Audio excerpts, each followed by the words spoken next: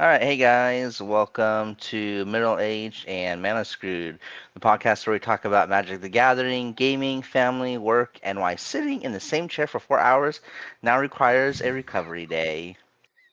I am one of your hosts, Justin or Asher, as I go online. And go ahead, rest of the guys, introduce yourselves. I am AMR doing the podcast today because I also do streaming throughout the week. Hello there, And I am Maple.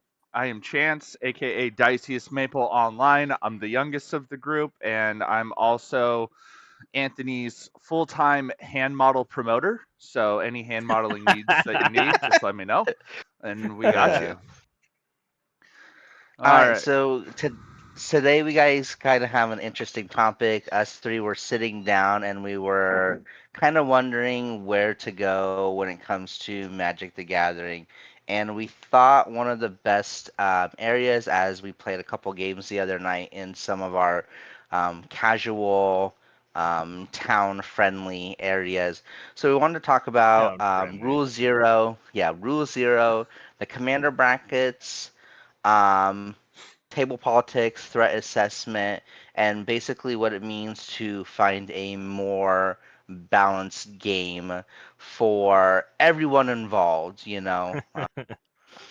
True. Sure. So for those who don't know, so what is Rule Zero? Let's start at that. Basically, Rule Zero is just a pre-game conversation that all of us players have, like, hey, what kind of decks are we playing, and making sure that it's fun for everyone, whether you're playing competitively or casually.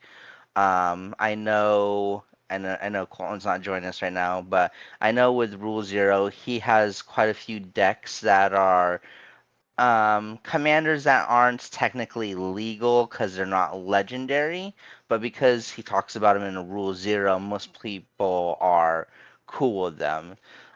So for that, what does it mean for you when it comes to Rule Zero? I know me and you have been playing Magic for quite a while, but what does it mean for you for Rule Zero? Rule zero. How can I explain this? For the new command zone stuff where we have the tiers, right? You have the 1 through 5, right? Uh, Rule zero means almost nothing to me because I'm trying to play on the competitive side of things for the most part. So rule zero is not a option I look at like specifically for me anyway. Okay. What about you, Chance? What's it look like for you on Rule Zero? I know you're like the newest, like less than a year played, I think. Yeah. So I think Rule Zero has its time and place. And I think that is in the casual format, right? Because you have a lot of people, myself included, right, who maybe can't buy a lot of the expensive cards, unless you Mhm. get proxies, which I think, you know, that would be the proxies would probably be the only acceptable, well, I shouldn't say acceptable. It'd really be the only meaningful discussion for Rule Zero in a tournament. If like, hey, are you proxy friendly in this tournament?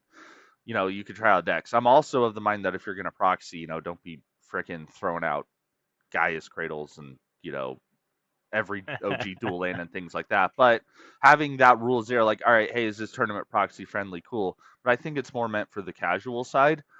Because if I show up just to play with a couple buddies, and maybe they're new or they don't like to play on the competitive side because they want a game to last, and I'm like, hey, I'm going infinite on turn 3.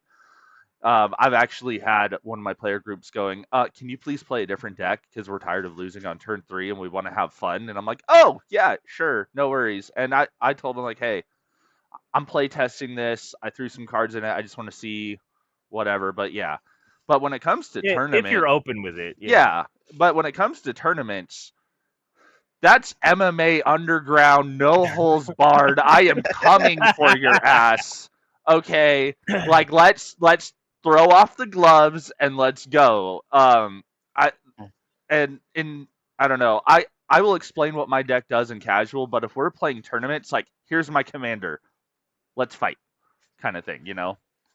1 second. Yep. Which it Stop should be. It absolutely should be. If you're gonna play in competitive, right? You're like, hey, it's all the gloves are off. We're going all in, and may the best man win. Because if you're gonna have to earn your victory, because now all of us are trying to win. Yeah, Mister, I'm gonna win on Chance's fucking draw step.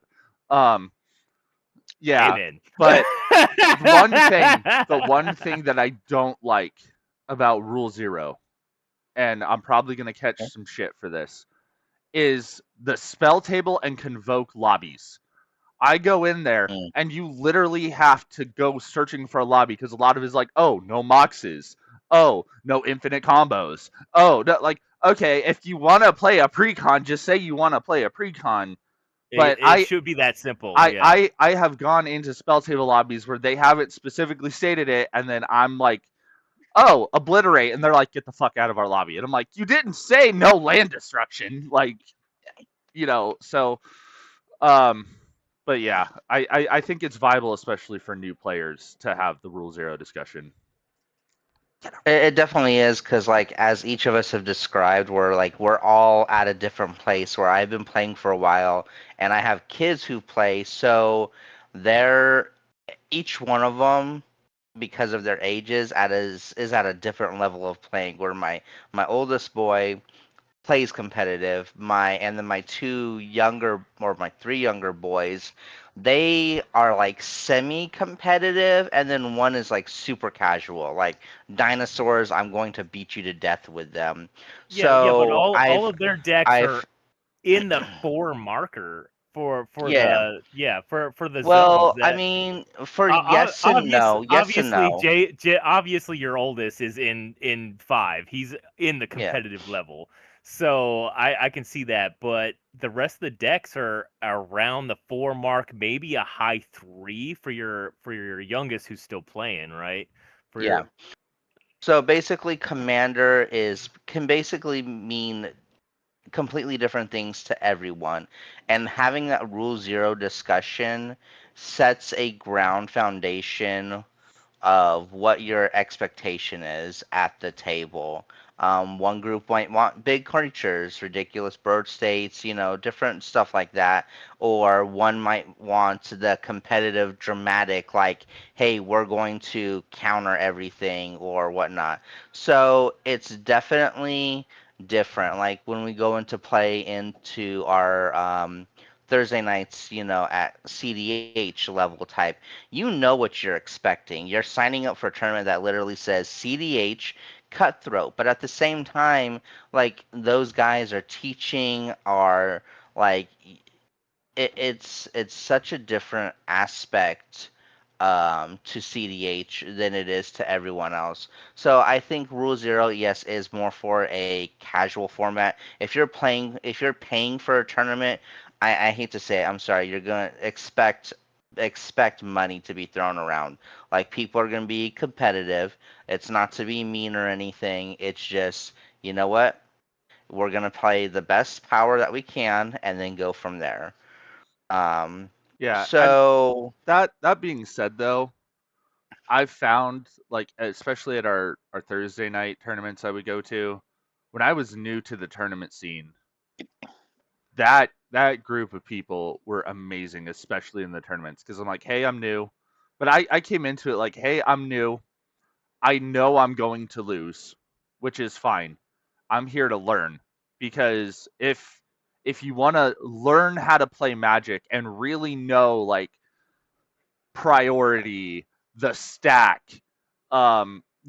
things like that, the tournaments actually helped me more than anything.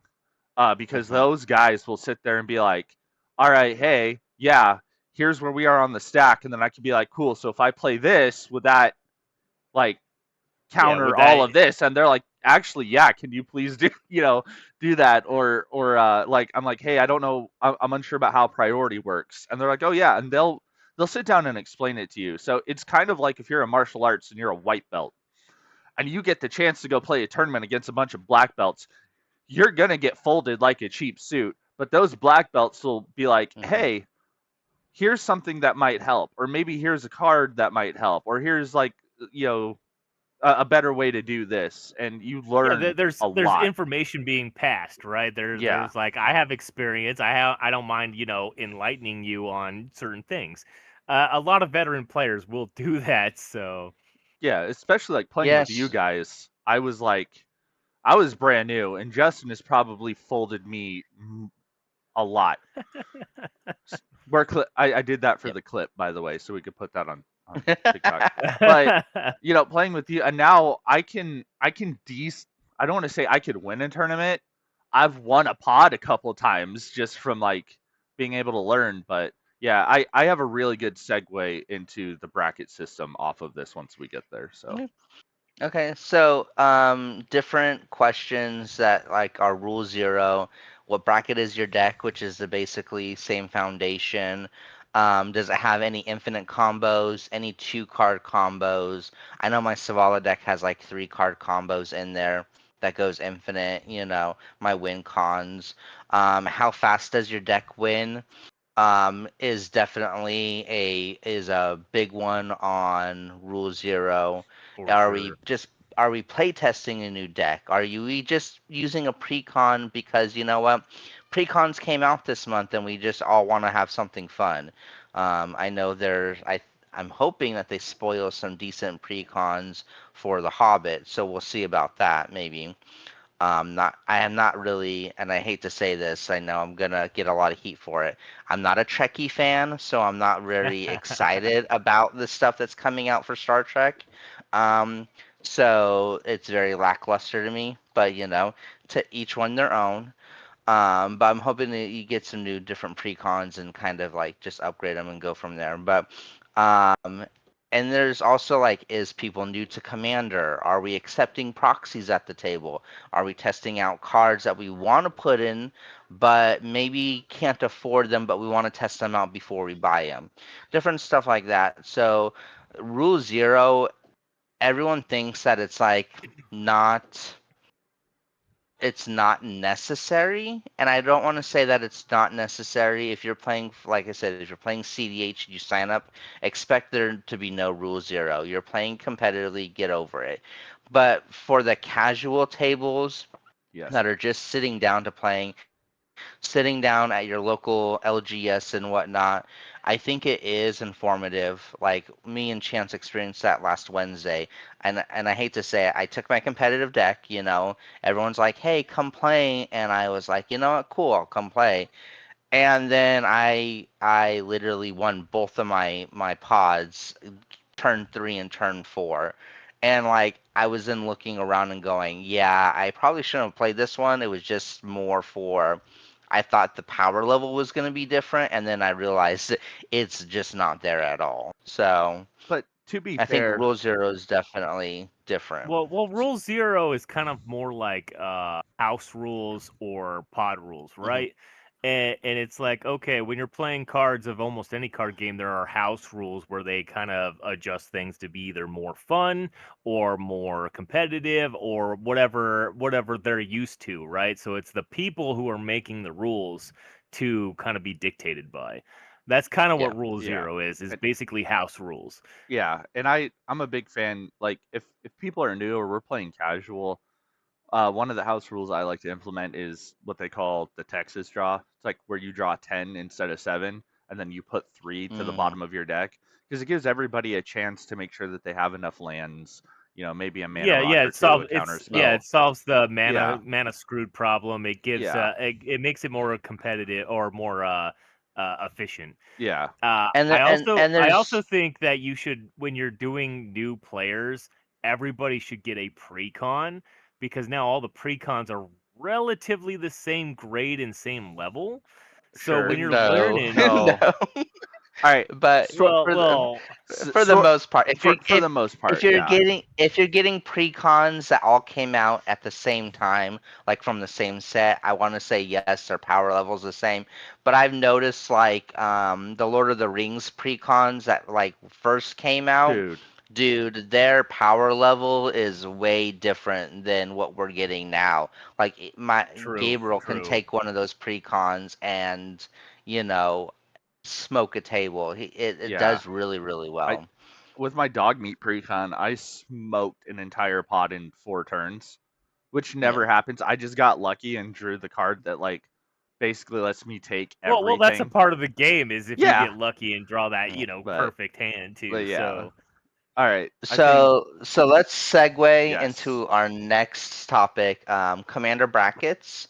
So for many years we were on a commander system of 0 to 10, but it got very muddled and confused. Everyone thought their deck was a bracket 7 deck. Didn't matter what you were playing. Oh, I think this is this and what on. So I think it's been 2 years in testing now. I think they've changed when they changed the the brackets.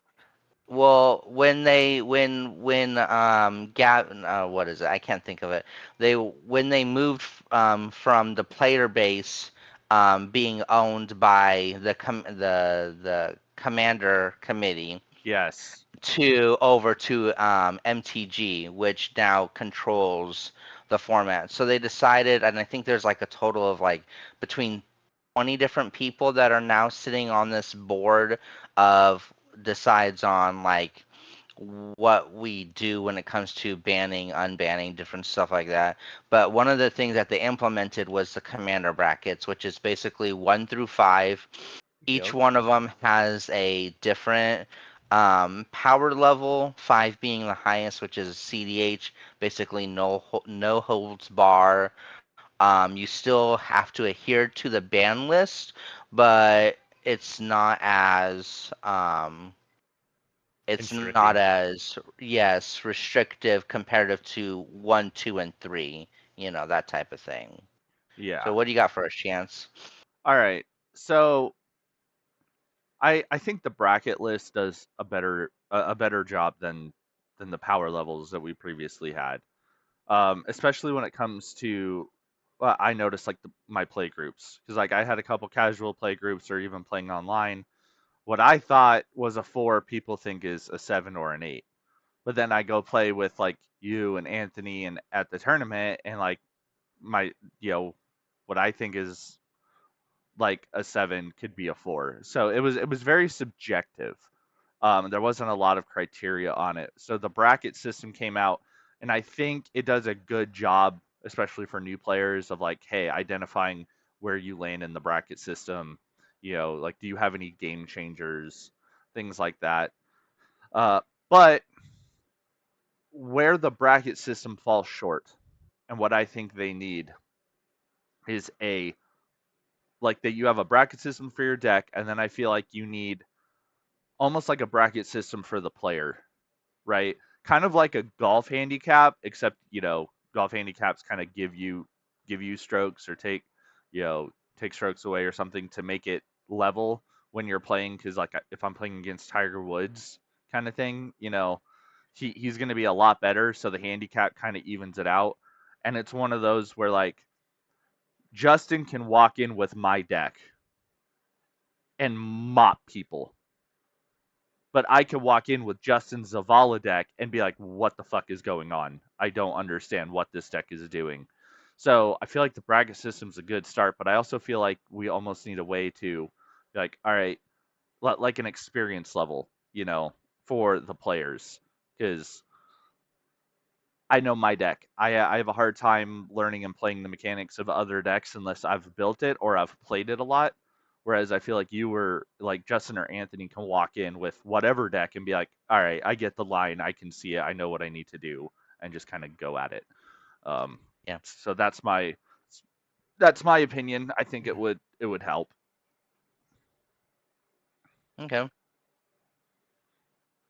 What Usually about I let other people grade whatever I'm gonna do, right? So I'm like, hey, I'm using my Riz Redeem deck. It makes tokens. Where do you think I'm at, right? I'll do that a lot of the time, and I'll be like, I don't know what you want to rank it. I don't care what you rank it. I know what it does, right? Like you said, for the player base experience, right? I know what it does. I know it's not on the competitive level because I'm just gonna make tokens and you'll just board wipe them, and then I'll be like, "Up, I better build again," right? So it's not like it's on a competitive level. But then I have other decks that I'm like, yeah, I do this one just for, trying to kill everybody because I rather have three opponents rather than I need to figure out who's my ally, right? So it depends. Like I took a picture of the stuff at the con, right? And they had a board that listed their 1 through 5, right? Their brackets. Hmm. So first bracket is expedition, exhibition, something like that. Second one's core, then the third one's upgraded, and then 4 is optimized, and then 5 is the CDH. So I'm always aiming for 5. I know I have decks that are probably in 4. As for the 3 and the 2 and the 1, those have a lot of rules and a lot of regulations for it. Like 1, I don't know what qualifies as an ultra casual thematic creation, is what it says. Cruel Clown Warfire. So if you guys haven't seen it, I think and shout out to them. I think the Command Zone does a really good segue into the breakdown of the commander brackets. I believe Rachel Weeks did a review, and I think it was a video with Rachel Weeks and Olivia. They were sitting down and like they were talking about like exhibition like bracket 1 decks. They're the fun, janky decks that basically you may be working with a creature, not even necessarily a legendary creature. It could be just an uncard that you're like, hey, I think this is fun. I want to make it into a commander, but it's not technically legal. And this is where the Rule Zero kind of comes into play as well. But exhibition decks are decks to prioritize a goal, a theme, an idea over the power of the deck. Rules around card or commander legality tend to be flexible as long as players agree. I know Colin has a deck where it's not a legendary creature, but because it's one of like the original, it's like one of the worms from way back when, but it's 4 colors and he loves to play it. Win conditions are highly thematic or substandard, so you may not have a win condition in it at all. You may be like, hey, I just want to put 5 different equipments on this one guy just because it looks cool and I think it would be on par, definitely something like that. So gameplay tends to be a show off of their creations. And basically the games they say the games should at least last 9 turns before anyone wins or loses. There's some restrictions, no game changers, no mass land denial, so my Armageddon I'm sad about, but I understand that. No extra turns and no 2 card combos for infinite loops, game lockouts, game enders, that different thing. Um, Number 2 is core. Yeah, score. So basically goes up to they basically say, hey, you know what? It at least takes between 7 to 8 turns before anyone wins or loses. Um, Still no game changers allowed in that. No mass land denial. No chaining extra turns. So you can take extra turns, but you can't be like, hey, I'm going to do this 7 times in a row. Maybe once or twice. Like, that's it. No 2 card combos. Core, their decks are focused with some cards chosen to maximize creativity. Win conditions are basically telegraphed on the board. You see them for like 2 turns coming. Gameplay is very low pressure, proactive, and considerate, basically letting each deck showcase what its plan is. So it's a little bit upgraded from 1, but not by much, in my personal opinion. 3 is upgraded, where it's basically like a precon, in my personal opinion, that's being upgraded. Most people think precons are 3s. In my personal opinion, they're between 3 and 4, actually. Um, win conditions can be played from hand in one turn. Basically, gameplay tends to be more proactive and reactive, and they want games to at least last between 5 to 6 turns. You're allowed to up to 3 game changers. You still have no mass land denial, no chaining extra turns, and still no 2 card combos. Um, and I feel like this is very niche as well, because like my Giada deck, I have a few game changers in there. I do have some mass land denial, like I have one Armageddon in there, but I don't have any 2 card combos. But I feel like it's more of a bracket 3 because I limit and restrict myself to a mono white color. But it breaks some of the parity of a bracket 3 deck. There's no way I'm winning by turn 6 with angels, that type of thing. Bracket 4, which most of us play in, even and bracket 5, there's very few iterations between 4 and 5 between optimize and CDH. There's no deck restrictions, so you can have as many game changers in your deck as you're able to. You can blow up and nuke lands. You can mass land denial. You can chain whatever extra turns you want. Have your 2 card combos. You're all good on that one.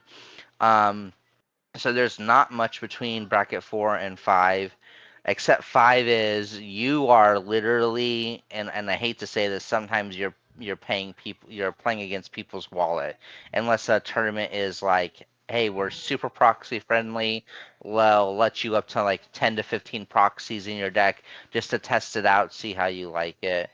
And then bracket 4, in my personal opinion, is you play with what you have and you optimize it to the best of what you have, and you go from there. You guys have any add-ins to this? No, 4 and 5 is usually where I play, and maybe my token deck might be somewhere in there, but that's like I said, I let other people grade it really than me grade it. So Yeah, I think we tend to stick on like between 3 and 5, but even still, when we like make a bracket 3 deck, I feel sometimes I'm at a 3.5. Yeah. Like I was like, okay, cool. Like my Dragon's Approach deck, I feel like is a 3, but because of the way it's built and how thematic it is on getting what it needs to get to, sometimes I feel like, oh, it's not. It, it it might tends be to be higher it might than a fall 3. under almost 4 But because it's lethal, consistent, and decently fast, and that's yeah, their quotations there. So but it doesn't fall under 4 because I'm not running any game changers in it. I'm not running any mass land denial. It's just a very um, strict thematic deck that has one single thought in mind, and Dragon's Approaches is and killing you with dragons. That's it. that's just the bonus of building is that the deck is 33. more synergized rather than rather than being lethal and consistent, right? So it's so much synergy that it seems like it's a 4, but it's not. And I think this is kind of goes into my thoughts. Is the bracket system perfect? No. Is it better than the power level system? Yes. Yes. And And, I think there's room to work on it, but I'm very glad Wizards released the bracket system. I am, and I think they're still looking at ways to improve it. But for the majority of players, I think it brings some benefit, especially to like the new players coming in, or maybe For people the new returning. Yeah, for returners or people who are just starting out, it's great to be like, okay, I have a pre-con, it's in 3, so I should play people who are also in 3, right? So now it's easier to find a pod to be like, hey, I read the rules, I'm in this bracket, can I fight people that are also in this bracket, right? So it makes it more fun that way for newer players and returning players for that reason. and then at the same time, I think what they're trying to do is also back in the past when they did 0 to 10, I don't believe they took CDH seriously. I Mm-mm. honestly don't think that they considered that genre when it came to bans and unbans and different stuff like that. And now with them having a bigger board of people that they get advice from, and quite a few of them are CDH players, I believe at least five to six of them that I'm aware of that are CDH players. They now are taking CDH somewhat seriously with the game changers list on what they are focusing on. I still think that there should be a few more tweaks, but they're trying. I wish there was a little bit more. Um, Instead of like once a year them changing things up to give commander, I would think it should be more like maybe modern, like we're looking like every 3 months, like hey, does this need to be changed? We're looking at tournaments for CDH, looking at tournaments for casual, getting feedback from a lot of different groups like this. Maybe them just having, and I don't know if this is because I haven't actually researched or looked into it, having a website you can go into and be like, hey, I played these games and these were the problematic cards for me, that type of thing. But so it's definitely addressed an issue that has been. I'm a casual player, but there's a lot of people that also, for me personally, I love having fun in CDH. I think that's just my jam.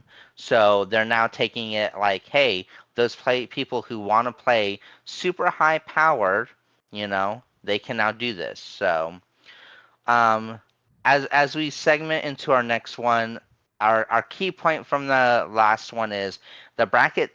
The bracket system tells the table what the deck is generally capable of, and Rule Zero explains how the deck actually plays.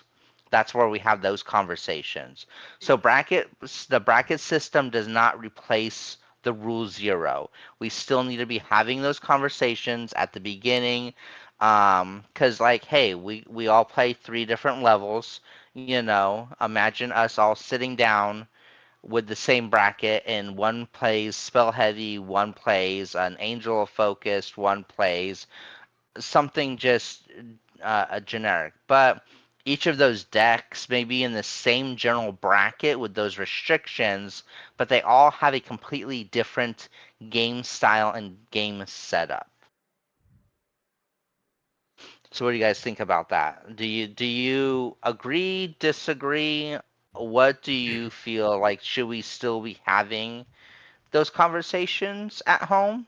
Yeah. Well, we've been having we've been playing Commander since they initiated having Commander, right? Hmm. So for us seeing it from beginning to where it is now, there's been a lot of adjustments. There's been a lot of things going on. Even Wizards of the Coast is like, that ain't gonna work, right? So it's like, okay, we're not gonna really worry about tournaments for Commander because we don't feel like it's a valuable format. And they were sticking with Modern. And then now it started getting so popular that now they're like, oh, I guess we better start making tournaments for it and stuff like that. So they kind of had to get involved in some way, shape, or form. Um, as for anything else along those lines, I think you're right for them to follow the modern format.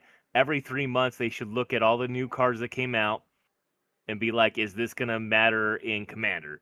I think that would be a good idea. Every 3 months, they should take a look and be like, do I need to ban this much rather than do it once a year?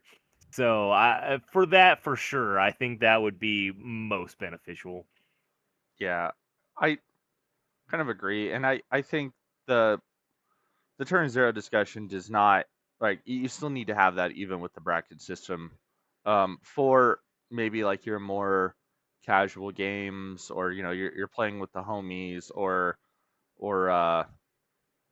maybe in those certain circumstances like what we experienced on Wednesday, where they said it was a tournament, but it just felt more of like a commander event instead of like a Commander Yeah, tournament.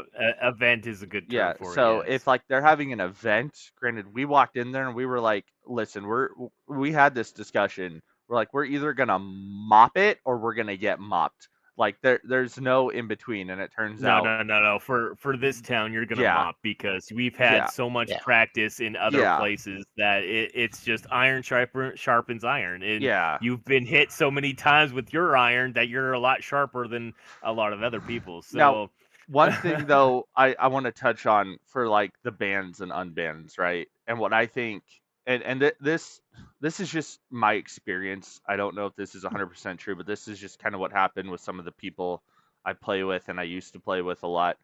Um, and I think one of the main reasons why Wizards took over Commander was they're not communicating the bans efficiently. I had a buddy who literally bought a Jeweled Lotus and a uh what's the red card that I played for mana? Um, Not the monkey, the other one. Um, you know what I'm talking. They banned it, and I ran it in my deck, Oh, and I okay. gave it back to you. Uh, Oh, Dockside. Dockside. So Dockside, he yeah. bought a Jeweled Lotus and a Dockside. The very next day, they announced the ban on it, like it was banned. Yeah. And the prices on it dropped, and he ended up paying full price for those. And there was a lot of other people who did the same thing. And then the next day, now it's banned. He hasn't even got it in the mail yet, but he paid full price, and now you can go Yeah. buy one for like a quarter of the price. And that I know a lot of fans were upset, and maybe they were communicating their feelings in not a very constructive way towards Yeah. the towards the board at the time. I know a Yeah. lot of people bought a Jewel The Lotus for their decks before it got banned, but you're supposed to be like, hey, uh, I need to type in, hey, when does the ban list change? It's stuff you need to do research for as Yeah, well. Uh, if it's out there, then that's a problem that you didn't do your research. Uh, when they do a surprise ban like that, then yeah, I'm like, oh, yeah. okay, now I have to take this out. I have to take this out. And there's Like, been times that I've gone to a tournament and I'm like, I didn't check the ban list because I didn't think it changed, right? And yeah, then I'm yeah. playing, and then they're like, hey, that's a ban card. Guess what? Now it's a very expensive forest.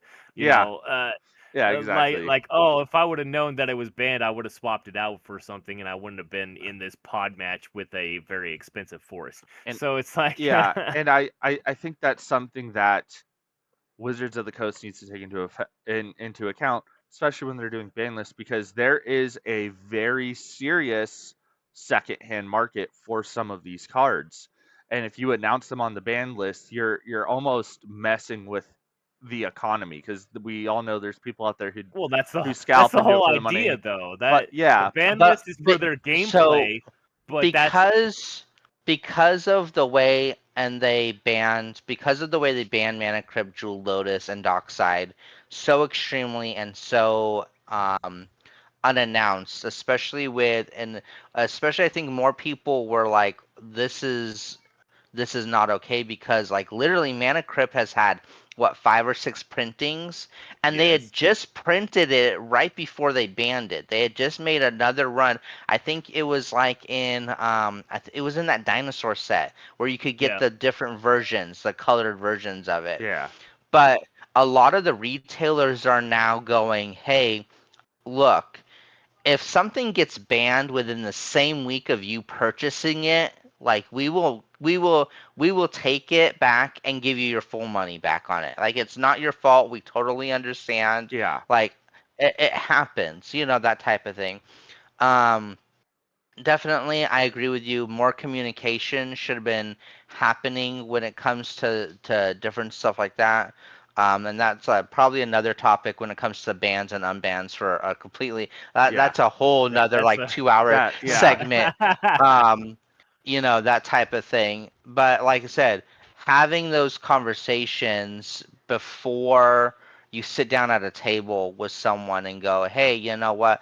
My deck has proxies in it because I don't own a Guy's Cradle, but I want to run it and see how well it does before I purchase it, that type of thing. yeah, Or you know what? well, Or well, you know most what? people are Hey, or hey, you know what? Let's let's say that maybe we don't adhere to the ban list and say we want to just have fun decks and just say, you know what? Okay, anti cards are banned, Power 9 is banned, but you know what? Whatever else is free game. You know, different Yeah. stuff like that. You know, those Rule Zero conversations are definitely very But community helpful before you even sit down, that type of thing. exactly, that's kind of like a conversation you need to have with the pod itself. Like, Mm. I'm gonna play with you guys, but I need to know your input, your output, and how is this gonna play? Do I need to swap a deck? That's why I have extra decks just in case. Yep. so Yeah. so Yeah. that's kind of the So thing. a deck can fit the table's bracket and still create an experience that other players don't enjoy. You know, that doesn't automatically mean that the deck is unfair. It just means the players need to have a better conversation. And Exactly. also at the same time, and this is also another, I'm probably going to get heat for this, but at the same time, we're not, if you're looking, and I grew up in the 80s, when it comes to sitting down and playing, I'm sorry, not everyone's going to get a participation trophy. The game eventually has to end. There is going to be a winner. There is going to be a loser. If you don't like it, suck it up. Don't play the game. Like, I'm sorry. Like, It's that not every simple. it is what it is. If you love the It's that game, then you're simple. gonna keep going no matter what, even if you lose 50 times and only win one game. Like sometimes you bring the wrong bracket deck. Sometimes you miss up stuff. You just suck it up and keep going. Yeah. All right. I think this is a perfect transition into our next segment, the biggest Rule Zero mistakes. Hmm. So let's talk about some of the Uh, common things players say before a game that immediately make everybody suspicious of you. it's just a pre-con. It's just a Yeah, no. pre-con. It was a Yeah. pre-con 3 years ago. Uh, you know, What what adjustments did you do to said precon is usually what you have to ask these yes, people. It's just a precon. Okay, what did you do to it? Oh, it's just a precon. No, no. What did you do to it to modify it? Because it doesn't look like it's coming out of a precon box right now. So did you I adjust it? Is there is there a combination that you added to it? Yeah, it's a conversation you got to have at the start, and I you need to be observant as an opponent to be like, if I'm playing an actual yeah. precon, I kind of want to play against other precons, not one that's I been modified to be competitive. I just put 14 tutors into it, and like, all of Fourteen. the It OT only dual lands. my Savala deck only has 2 win combos, but 30 ways to go find those win Yes, combos. You yes, know. Exactly. exactly, exactly. Um, so I don't know. I feel like a lot of people underrate their decks, or they judge their deck by like the weakest possible game, right, that they have. Well, Uh, people are still people, okay, yes, and they want to win. So lowballing your own deck so you have an upper hand is almost mandatory at that point. I don't like playing that way because I usually just play competitive, right? So and I think another thing too is I don't like when people assume like budget equals power, right? Or Mm, expensive decks are strong. Because I've won against a very expensive deck. My deck is very much a glass cannon. So it's like, all right, I'm gonna win. Or if you counter my win con, there's a good chance I'm not. Yeah, I have maybe one or two other ways to beat you, but if you counter my main win con, it's kind of over at that point. But mhm. I got very lucky because I had some stacks pieces out, and I literally just beat the shit out of the pod with my commander for commander damage. So that works. I yes, if you have some of the more expensive cards, sure, you're probably going to have advantage, but not always, right? My daughter has beaten my competitive deck with her janky weasel deck before, so it also comes down to a little bit of luck. A Well, little and bit of like luck. so when it comes to and like this segue that we're into the biggest mistakes on Rule Zero is people not being honest with what they have. They're treating the bracket like, and then this is one of the biggest one. They treat the bracket system like a loophole. Oh, it adheres to these things, but then you don't mention that you run a heavy stacks deck, or you're a heavy combo deck, or different things that you're like, okay, yes, I have two combos in there, and yes, it is basically loop. I will make you draw your whole deck out, that type of thing. But you're like, oh, yeah, it's just two combos. But then I fail to mention I have 30 different ways to find those combos. Like it will win on turn 3 or 4 if given the chance to, different stuff like that. So the goal isn't to interrogate everyone at the table, Hmm. but it's to have an open dialect and say, if I say, hey, Anthony, what does your deck do? He's going to be like, hey, this is what it does, and I'm going to be honest about it. It's Not gonna to try make to be tokens. It's hide gonna make a or lot be of tokens. seeky. Yeah. It's Yeah. you know that I love having Riz, but Riz is not a competitive build anymore. So just making tokens really really fast is super board heavy, and you're like, oh man, that dude's the threat for sure. But I have nothing for haste. I have nothing for anything else. I do have a lot of mana because elves make a lot of mana, but I still have to adhere to the basic rules of I can't attack you if they're summon sick. I can't, if I have a board and they're not summon sick anymore, you should be like, yeah, maybe I'm gonna get hit a few times. Okay, it's obvious. Yeah, But other than that,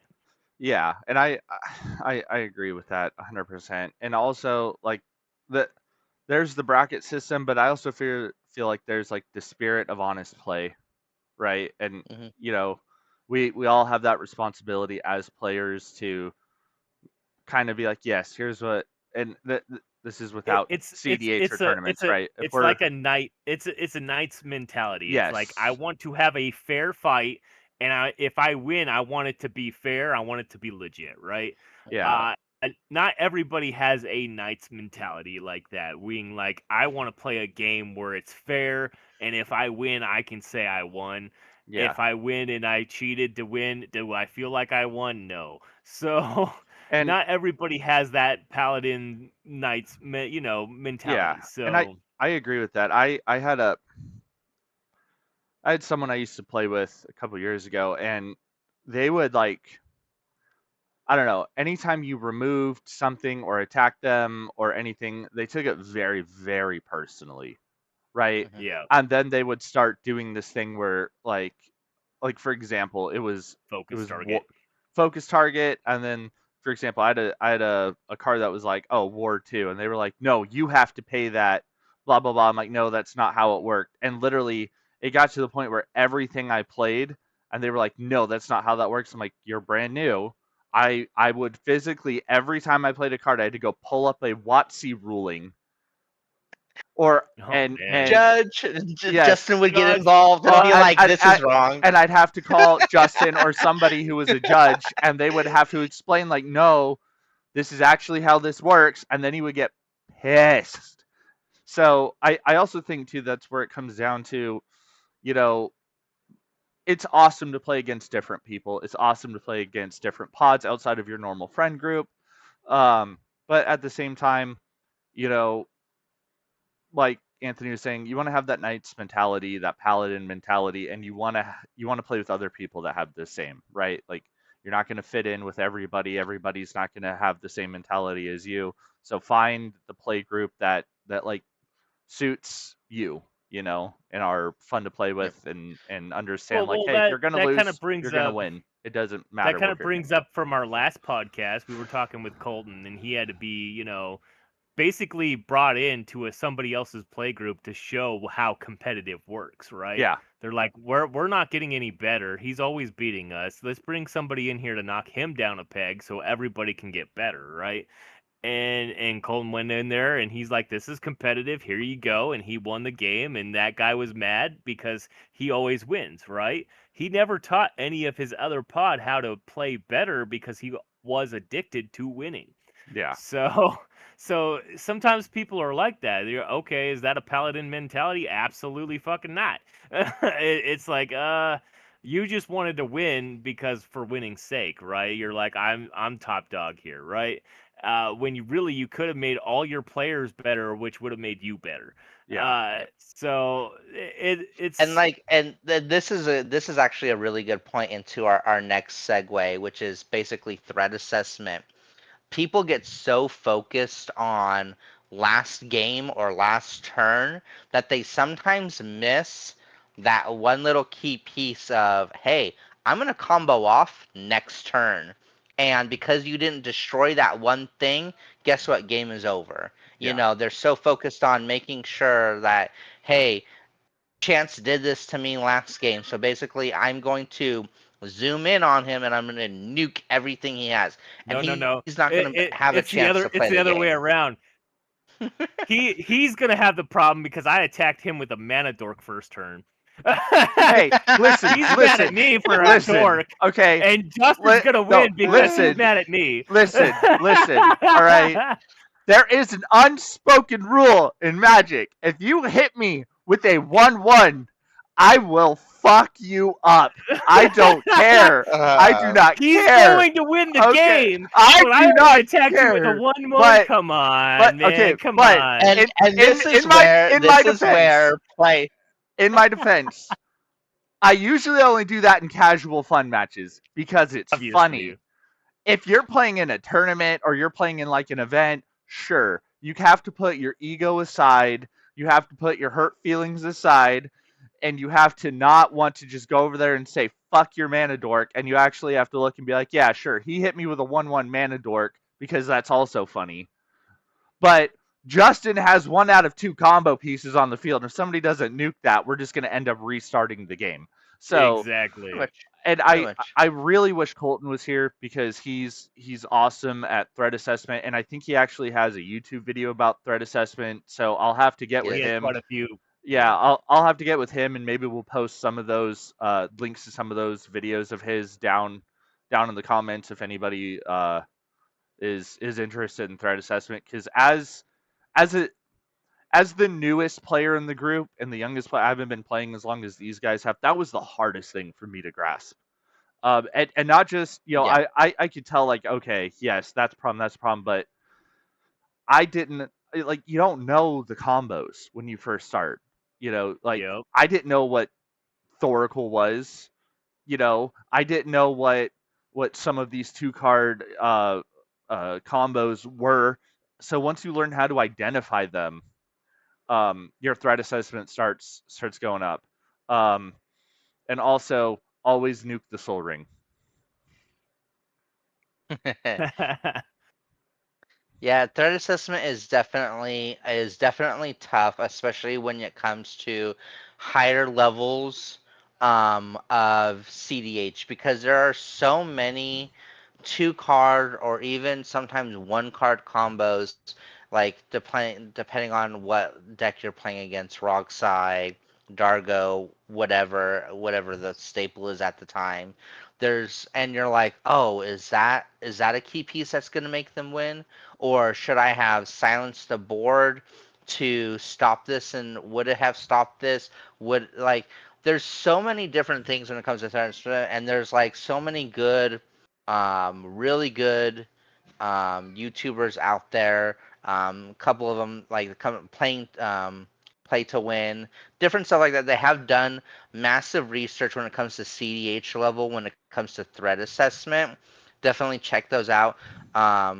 And then also Command Zone has also done one, and they're more on the casual end when it comes to Commander, and they've also done some threat assessments of like making sure that you are properly assessing the board and you're not taking your anger out because of last turn. You know, it's a Absolutely. game. And I hate to say it, sometimes attacking with my Ragavan to get the advantage out is not the, oh, I'm gonna target Anthony every time. Maybe Anthony doesn't have a creature on board, and that's why I can get a free Ragavan trigger off of it. It's not about it's not about, oh, I'm gonna hit Anthony with this every single time because of him hitting with me with a 1/1 mana dork, that Take type of thing. take the Yeah. mana dork, just take it. Yeah. And But I think that's also it. Playing this game too has, I think, also helped me in life as well, because like you said, Justin, it's like, maybe I don't have creatures out, and that's why you're hitting me for the priority, right? But not taking that Mhm. personally and looking at the full scope of the board and what's going that on. And he's doing it Exactly. as a yeah, And process, there right? and like there's three key things. Like, so the one I'm gonna expand them on is watching resources. What cards are in your hand, what cards do you have in the hand? How many cards does each player have? What is open mana? Who has untapped lands, treasures, mana rocks, cards, and graveyards? And then the biggest one is known combo pieces. Like, expand. And this is why a lot of people say, it's good to know your deck, but sometimes it's better to know someone else's deck as well. Absolutely. Expand your knowledge when it comes to combo pieces. Like, the biggest thing I've had when it comes to playing CDH is, yes, I know my deck super super well. I know it can win on turn 3, can win on turn 4. But a lot of the times I'm getting stopped by people that are winning on turn 1 and turn 2, but I know their combo pieces, and I go, either one, I'm just gonna play a glass cannon deck that doesn't care about them, and I'm gonna let the other table deal with them, or two, I have something and I'm gonna play to its out, so I have something in my hand that will help slow down the game so that maybe we can catch up to it. Different protection spells, stuff that has repeatable card draw on the on the battlefield. Rhystic Studies, Mystic Remoras, those blue cards that are annoying that everyone loves, of card draw, that type of thing. So, um, if you want to chance the second one, if you want to expand on that one. the second one. Hold on. Yes, momentum. Momentum. All right. Yeah. Now, Uh, when you say momentum on that one, do you mean like my green blue deck, which is all gas? Like I have no counters. I have nothing. I'm just like, I'm going for it. I'm going for it. I'm going for it. And is that what you mean by momentum, or do you mean like consistency? no, I think with momentum, it's kind of like you were saying. It's like, all right, who's mana ramping, who's drawing multiple cards, right? Um, who's rebuilding the fastest after maybe a board wipe. Um, and my personal favorite, This because guy. this is usually how I like to play, is who's being ignored or who appears harmless but is advancing every turn. And I try and hide in that niche personally.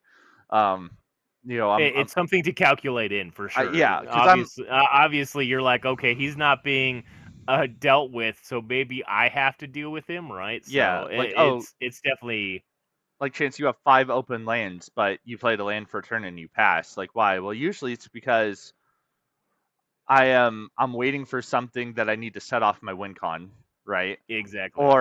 Or I don't have the 1 mana I need, so I'm going to wait till next turn, and I'm going to hold on to my red Elemental Blast and my Tybalt's Trickery and maybe a few of my counter spells, so as it goes around a turn. Is that what momentum's gonna be for this topic? Because I'm pretty sure it's like my blue green, where it's just all gas. I have Yeah, Yeah, I have and yeah, nothing. and that basically is basically you're steadily adding resources and you're rebuilding faster than the removal can basically deal with you. That yeah, that's definitely can be momentum for sure. Like, we can board wipe, and then Anthony's like, I got 5 more elves on the battlefield that all tap for mana, and you're like, dude, I just board wiped you. What the heck is going on? yeah, Here, take my elves. They love yeah, you. yeah, exactly. So I I don't know. I think a lot of it too. Um, Here, I lost it. There was something that I saw that was perfect. It was down a couple though, and it was like the hidden threat, right? Because I think the hidden threat can also Yeah. fall under the momentum, right? Because like maybe you appear like Yeah. you're not doing something, You're like, oh, I'm just over here. I'm playing fair magic. I'm playing land. Then it comes your turn. It's like, fucking win con. You know what I mean? Yeah. So it Which happens a which lot. happens, but I think threat assessment it's one of those skills like yeah, you can do research on for sure. Highly recommend it. But you're not going to get better at threat assessment without actually sitting down and just playing game after game after game in different Yeah, brackets once with you different play your builds. deck 100 times, you now know your deck, and now you know multiple other people's decks to play more efficiently, right? Yeah. So playing 100 times, even if you lose that entire 100 times, you are automatically going to be better with your deck and what you're looking at, because now you know, okay, I didn't take any time last time we went to a tournament, and I didn't know anything about Kefka. And I had no idea what that was going to do until we started pitching cards. And I'm like, this isn't good. My hand size is going down and I'm losing out on a bunch of stuff. So, Fuck that okay, clown. that's not great. I did not know this and I didn't do research on it, but now I know. Now I'm familiar with it. Now I'm like, okay, when I Yeah. see a Kefka, I should technically try to counter. If I don't counter, I need to deal with it. Kill on sight. So, Yep. Kill on So sight. and a lot. So the next little part, like I said, there's 3 keys to this. It's watching intent and experience. Who Yes. seems to be holding up interaction? Who knows what pieces matter? Carefully avoiding attention sometimes. Who could win if the table taps out? Or like encouraging someone like we know a Kefka player is basically, are we going to keep attacking him because we know his life total matters and like he's going to keep getting advantage off of us, so we need to make him down. So definitely having that experience of playing against those decks, and a lot of things that I've been doing as well is I've been watching more competitive play, on a lot of different like broadcasters out there, and getting to know what those decks do. I absolutely. don't get me wrong, I may not always remember them, but for the most part, the more you listen about it and the more you go, oh, this is what this does, then you can then deal with the problem sometimes, If you've seen especially the in a yeah, proper yeah, threat assessment. if you see the combo before and then you're playing in a match and you're like, "Oh, I remember watching this the other time," right? And then you're like, "Up, put the pieces together. Up, he's going for this combo, so I need to save this counter for that combo and make sure Oracle either doesn't hit or whatever the combo might be." Uh, that knowledge alone is like almost priceless half the time. So, And So one definitely good. Go ahead, Chance. sorry, just one more thing I wanted to throw out before we move on. It'll be quick. Was No, good. something I experienced as a new player is um, if you can, not everybody has the ability to, but if you can play with pods and people outside of your normal friend groups and pods, because what I found was happening is I started adding in cards and trying to build my deck to, like, for example, counter Justin's diabolical bullshit. All right. yeah, exactly. Because I Fair, only played fair. with Justin. And then what happened is I went to another tournament, the tournament in Vegas, and I realized my deck is garbage. It is meant to do one thing, and that is to counter the best player that I usually play with instead of actually being able to have stuff in there that can counter or handle a multitude of other things. So don't get so stuck in like, oh, I just need to beat this one person or I need to beat my one pod, right? Sure, if you want to have a deck that can do that, that's great. But my main deck is I actually had to start playing with other people um, because To I realize the gaps in it, right? yes Like because I you have this yeah gap because it's strictly for a single opponent, which yes is understandable when you have a particular pod. That's exactly what you're gonna do, right? yeah Um, that's 100% of what happens to a lot of people. But when you start branching out, you start being like, "Oh, that's a good combo. That's a good yes combo. I like that and card." Now you get other ideas for either building or threat decks that assessment. might work. Yeah, exactly. And then now you're like, "Oh, I'm familiar with this combo, so if Justin does this combo, now I know how to deal with that." And, it kind of It branches you builds. out and you're not focused on like it got to the point where we were playing in each other's heads at that point. It's like, all right, well, I'm gonna play this, you're gonna play that. That's game. Like Yeah. it literally turned into chess in your head. So if you can Basically. play with other people, it'll help your threat assessment. All right, I digress. Next segment. Exactly. Exactly. As we go into threat assessment, there is different types of threat. There's four little segues. There's four different threats that I've put in here. First one is going to be immediate threat. It's a threat that is something that can win the game or create a nearly unbeatable position right now. Like literally right now. Examples are combos that are one piece away from completion, a lethal combat stuff such as Winota, basically swinging at us with 3 creatures on the board, can easily win the game. A commander that's capable of eliminating a player instantly. A game-ending spell on the stack, such as like Angel's Grace or different stuff like that, that can immediately shut out everyone, such as like a silence effect that will basically shut us out and then not be able to deal with then the next thing. Or a player with enough mana and cards to execute a known win condition. Um, Immediate threats normally require immediate answers, and that's where one of the things Chance was talking about is having that immediate answer, and not just to one single deck such as myself or even Anthony, but having various options that he can have in his deck that will help him with a multitude of decks, different stuff like that. And I was actually watching a video the other day about cards that like literally immediate threat on the battlefield. Grand Abolisher, Voice of Victory.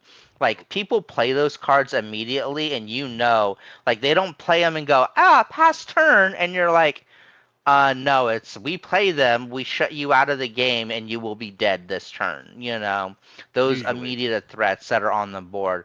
So people are now starting to focus down on um, cards that can do multitudes of things. Blue is definitely very viable on that, having plenty of counter spells. But even still, their counter spells are very restrictive when it comes to either being non-creatures. There's very few cards that are like just target counter spell, like Force of Will, different stuff like that. And you want to have at least between, I want to say 7 to 8 pieces, in your deck for sure that can deal with problems or deal with issues, that type of thing.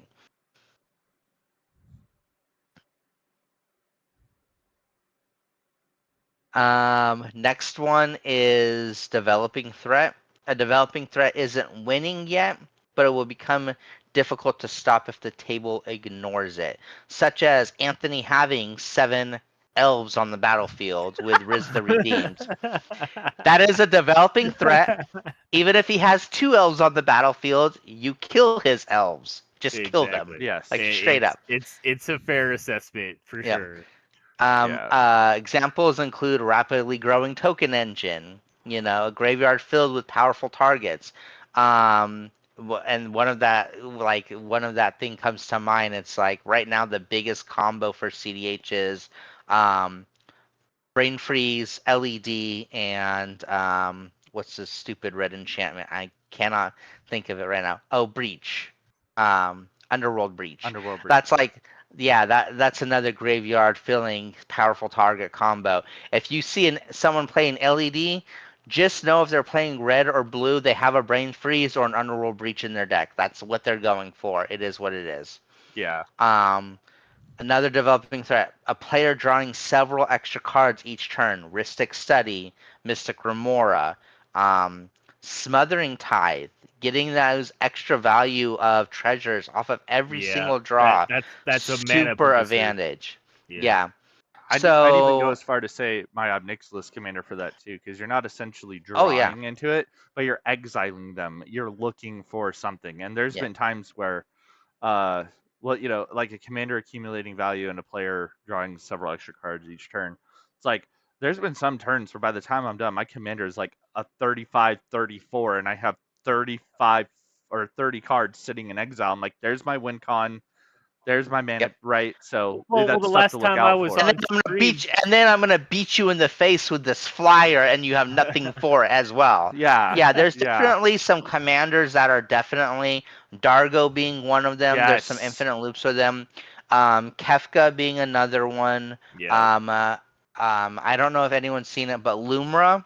Oh, Lumra yeah, is yeah, a yeah. very The bear. there's a loop with it. Yeah, the bear. There's Yeah. a green loop with it with all its lands and stupid shit. But there's definitely commanders that massively you look at them and they're like once they hit the battlefield, game is almost over. And like there's even some and you don't think of it as value because it doesn't accumulate value, but it's because it's such a low drop. There's Rogath, which is a Yeah. 0 drop break commander. Basically turns all of your stuff on that says, hey, if you have your commander, you can do this for free now. You Yeah. know. Instant like calling the ritual type commander. There's 2 card combos that go with it that basically are like, hey, I'm sacking my 0 drop to then get more manual value out of it. So it may not look like it's a card that's gonna hit you. No, it's not. It's basically what that card's going to do for the rest of the deck. That type of thing. Ur-Dragon, I think, is a great thing because people look Mhm. at it and they're like, "Oh, it's so expensive. He'll probably never be able to play Mhm. it." Meanwhile, it's making all of your shit cheaper, just chilling Yep. in the zone. You know. Yeah.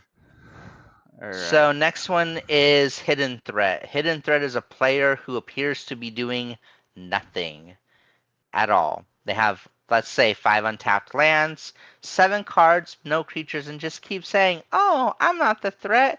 I think of a couple players at the Magic Shop, and if you ever watch this, no, shout out to Curran, Yes. Drew, few other people that are like, I'm not the threat, and you're like, there's a reason why we have Kill Curran as a staple. Like he Yes. goes, oh, I'm never the threat, but for some reason he always is. He will weasel his way out of it. Yes. Sorry, Curran, if you ever watch this, it's just the way it is. Same with Cody. Cody, if you ever see this, there's a reason why your name is Bad Guy Cody. Okay, Yeah. it is what it is. So Exactly. possible hidden threats are counter spells, instant speed removal, combo pieces, protections, tutors, graveyards, flash threats, powerful end of the turn plays. There's quite a few decks that win on end of turn, and not just end of their turn, end of your turn. You know, they get that one hidden piece they need, and then game is over, and you're like, I just played my first land. What the heck just happened? You know, different or stuff like that. or somebody, you know, wins on your fucking draw step or wheels your hand on turn 1 and you don't draw a land for 5 extra turns. You know, yeah, it's yeah. fine. It's fine. Colton So definitely did that to you for sure. I'm I gonna was there. keep that bringing it up. I don't care. I am petty. Colton, I hope you watch this, okay? Because you're living rent free in my fucking brain right now, bro. oh, and okay, I think Chance. So I think you should take the next threat one because Yes! you are the most out of all of us when it comes to this. Political threat, my personal favorite. So, a political threat controls the direction of the table without necessarily having the strongest board, which I never have the strongest board. I'm going to say that right now. I am Yeah, poor as shit. never. Maybe once or twice. Okay, but essentially they're very influential. They're a politician. They convince people where to attack, what to remove, who should be considered dangerous, and somehow, you know, nobody notices that I'm benefiting from everything that this happens. Um, I will say your speechcraft or your charisma stat has to be a little bit higher. You know, you have to get those save checks in, but I think especially if you're coming in new or you're returning or maybe you don't have the money to build like a very very hardcore CDH deck and you find yourself playing in a CDH pod, the next best thing is to be political, right? Just be like, look, Absolutely. I'm new. I don't really know what's going on, but that guy looks like he's the problem. he is. Yeah, and everybody's like, yeah, he's the problem. I got it. I can there- save him. You know. All right, cool. And then I come out turn 4, like, by the way, infinite combo, and they're like, what in the actual? Get out of our table, right? You're not going to make a lot of friends, maybe being political, but it is a very. I like it as a strategy because if you can get inside their it's a minds, valuable strategy that does end up working. I've been on the opposite side of a lot of this. Anthony's the best player. You need him. You need him to go. I have 1 mana dork, and I've been like on 2 mana for 5 turns. I don't know what you're talking about. But apparently, I'm the threat since I win, a numerous of games, which is good politicking at that point, right? Because it's Yeah. true. I've won quite a few games. But when you're assessing my board, and I've been mana screwed for a while, and I only got a couple mana and only 1 mana dork, I can only do so much. 3 mana is still a lot, but for my deck, but still, you beat me with like 4 mana on my turn. All right. yes, I did. Yeah. Yep, I totally did that. I've noticed in my games, I don't politic. I go No. completely silent. You're gonna do what you do, and you know what? If you freaking counterspell my Joda 3 times, I'm gonna be pissed. But oh well. Like, he will come But- back onto the battlefield. Exactly. He I'll- will eventually make it. Red Elemental blast that thing. I hate it. I will Hate give it. I will give Justin this though. He's very professional when he plays, right? And it's one of the things that kind of rubbed off on me. It's like I could counter his commander 100 times, and he like he'll make his cute little angry face, but then he's like, okay, it's part of the game. But it's also the reason why I'm like, hey Justin, do you want some sunflower seeds? I'm over here. Hey Justin, do you want a Red Bull? Please don't stop helping me with my decks and my cards. I'm sorry, but no, like I'll give it even to the both of you. Like you're very chill when it comes like that's just we're gonna play It's the a game. game. Shit's It's a gonna game, happen, yeah. right? I've also seen people where it's like you counter their commander first time it comes out and they just fucking scoop. They're like, nope, I'm done. Mhm. Justin and I have been on both sides of that situation, like especially out here in Pahrump, right? Yeah. Okay, am I the threat? Probably, because I have the better deck and the better knowledge. So you're not wrong in your assessment that we might have the advantage, even if there's no cards on board, right? I understand that. We're used to playing all 3 people in the pod are against me. We're used to that. On the other hand, there's still that other one where we're like, guess what? Turn 3, we win. Bye. And I Right, think so that's it's where it not- comes down to playing. You have to play the board state, right, with your threat assessment. You really do. Yes. You like, yeah, sure. Do I know you guys are better players? Yes, but if you have 1 mana out, and I have shit that's popping off, right? You have to play the board state It And- comes down to and- your opponents, yeah. or politic people And into then- killing them for you. As we segue into our next thing, our common threat assessment mistakes, Oh, and this is one that we've already been kind of like pitching into, attacking emotionally, For sure. focusing only on life totals. Life Thank totals do matter. A player with 12 life and 10 cards in their hand and 15 mana may be far more dangerous than a player with 40 life and 0 cards in their hand. You know, holding removal forever and then just never playing it. You know, some players are afraid of wasting removal that they never use. And then the game ends and they have 3 answers sitting in your hand and you're like, what? You had a force of will. Why didn't you use it? Yeah. You know, that type of thing. Or sometimes using removal too early. Should you counter a soul ring? yes, Maybe. 100% of the time, every time. Maybe.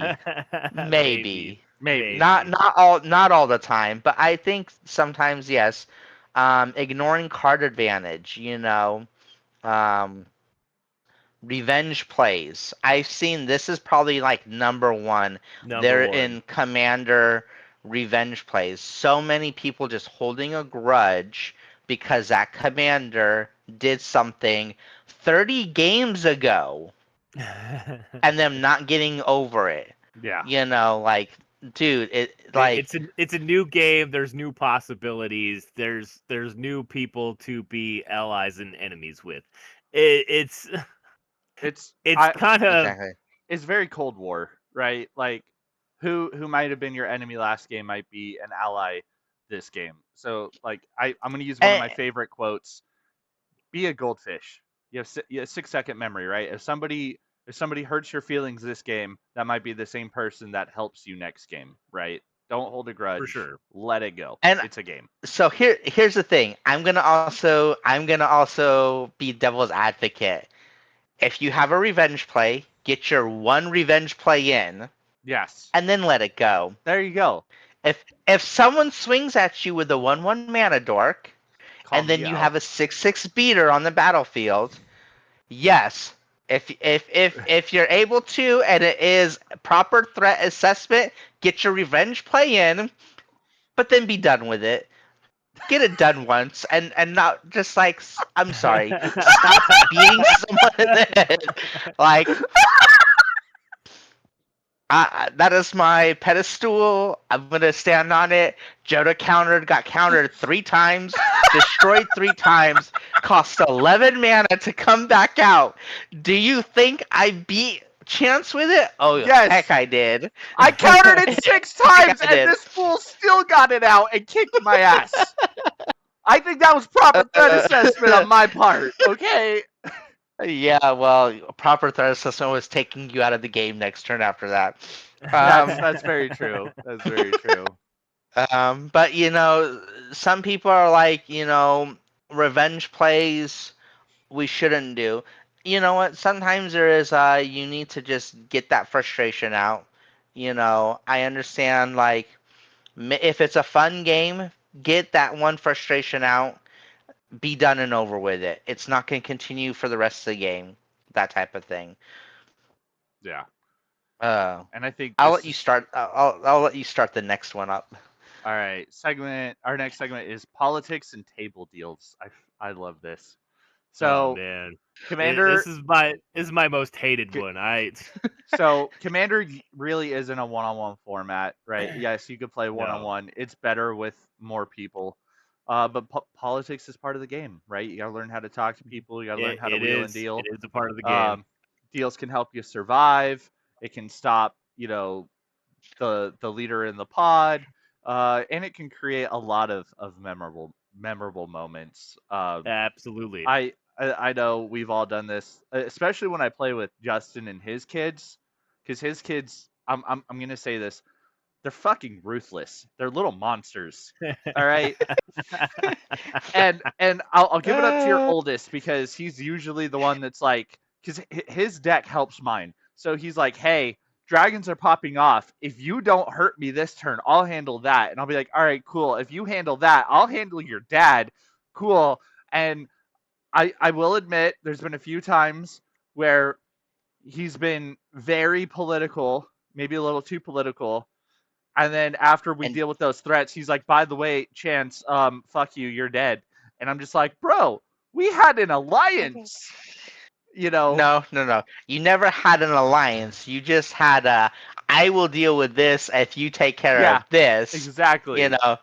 But the friend of my friend, or what is it? the enemy of my enemy of my enemy is my is my friend. friend. You know, Yeah. that type of thing. Oh, Yeah. yeah. And Or this or is where Chance proper threat assessment. yeah. Or you have plans with your buddy to king make a table to get a draft box, but he lets the other guy know now that we're in on it. Now we have to share the draft boxes with the other dude because the white player had to have feelings. Okay. What? I don't know what you're talking about. This was so long ago. Oh, whatever. I'm a Rakdos player. I'm petty as shit. Okay. Yeah. That was back in 23. We don't know what happened back then. We're old. We forget last year. Oh, yeah. So a couple of deals. I was in on this plan, and I was like, "Oh, okay, is that what we're doing now?" Yeah, but all right, but a couple of deals that like, don't attack me this turn, and I won't remove your commander. Help me destroy the enchantment, and I'll leave your board alone. I can stop the combo, but someone else has to deal with their creature. Stuff like that. give me one turn and I'll answer the board, which I'm not a big fan of because the last time Justin told me that is like, all right, cool. I gave him one turn. He had an answer for the board. It was fucking winning the game. Technically, he didn't lie, but just be careful with your deals is what I'm saying, right? And Make sure that you get it word for word to see if they're now are deals binding? Yeah. no. No. Yes. Deals are binding. Depending on the This is pod. here's the thing. Here's the thing. If you word your deal correctly, give me one turn and I'll answer the board. I did answer the board. I got my one turn. Dealt with everything. Here's the thing. Deals are binding. It is your reputation. Yes. If you say you are going to do something, in my personal opinion, yes, uphold that deal. But make sure what you say is super specific. I've noticed Command Zone does this. If you watch Josh does this extremely well with all the deals that he makes with players. He is one of the best when it comes to saying, "I will deal with this if you can deal with this." And 100% of the time he will keep his word. But yeah, it's sometimes not beneficial for the whole table, Yeah. Like instead of saying I won't attack you, say I won't attack you during my next combat step. That doesn't mean I'm not going to cast, a card that makes my creature fight your creature or something like that, right? I kept up my end of the deal. So, yeah. It's very political. You very should political. keep what you say for sure. I do agree with that. Do I trust people when they say things? No. I'm so used to being 3 against 1 where I'm like, "Oh, you're going to deal with this." I don't have the mana base to deal with what you're going to do the next turn, so I can't agree to whatever you're doing because I just can't do it because I need to try to win the game because I know you're also my enemy. So it kind of, there's a negotiating process for sure. Politics are part of the game, but in the end, there is only one winner. Yeah. Yes. Yep, exactly. And I think so. Go ahead. Good segue into our next one, and like Anthony was even talking about, or kind of mentioned a little bit. So like not keeping your deals, bluffing basically versus lying. So where do we draw that line of bluffing people and then just saying lying to them, not revealing hidden information or allowing to represent a counterspell that they may or may not have, or maybe suggesting that attacking you may be too risky. Oh, I'm holding up a Swords to Plowshare when honestly I got 2 lands in my hand. Like it's not gonna do anything. That type of thing. The difference is intent on the board. Mm-hmm. When you're making a deal, it's more like, okay, this guy's a problem. He's gonna pop off. I can deal with this piece. You can deal with this piece if we work together. It's kind of it's a deal oriented. Now, if you're going to attack me and I'm like, I'm just gonna waste your attack by playing a fog, even though I don't have one, that's a bluff. I can say I have any card in my hand, but we're not making a deal to stop somebody. So I can kind of see where a bluff would be in my defense, right? Oh, I have this counter. Are you really going to do that? Oh, I have this. Are you really going to do that? I'm not making a deal. I'm just making sure you have a second to think about what you're doing in case I actually did have the thing, right? I don't, but that doesn't mean anything at this point because we're not making a deal. So exactly. So lying is more of you're breaking a clearly defined deal like you've made before. Exactly. Or you're making a honestly direct false claim saying I have a Swords to Plowshares in my hand.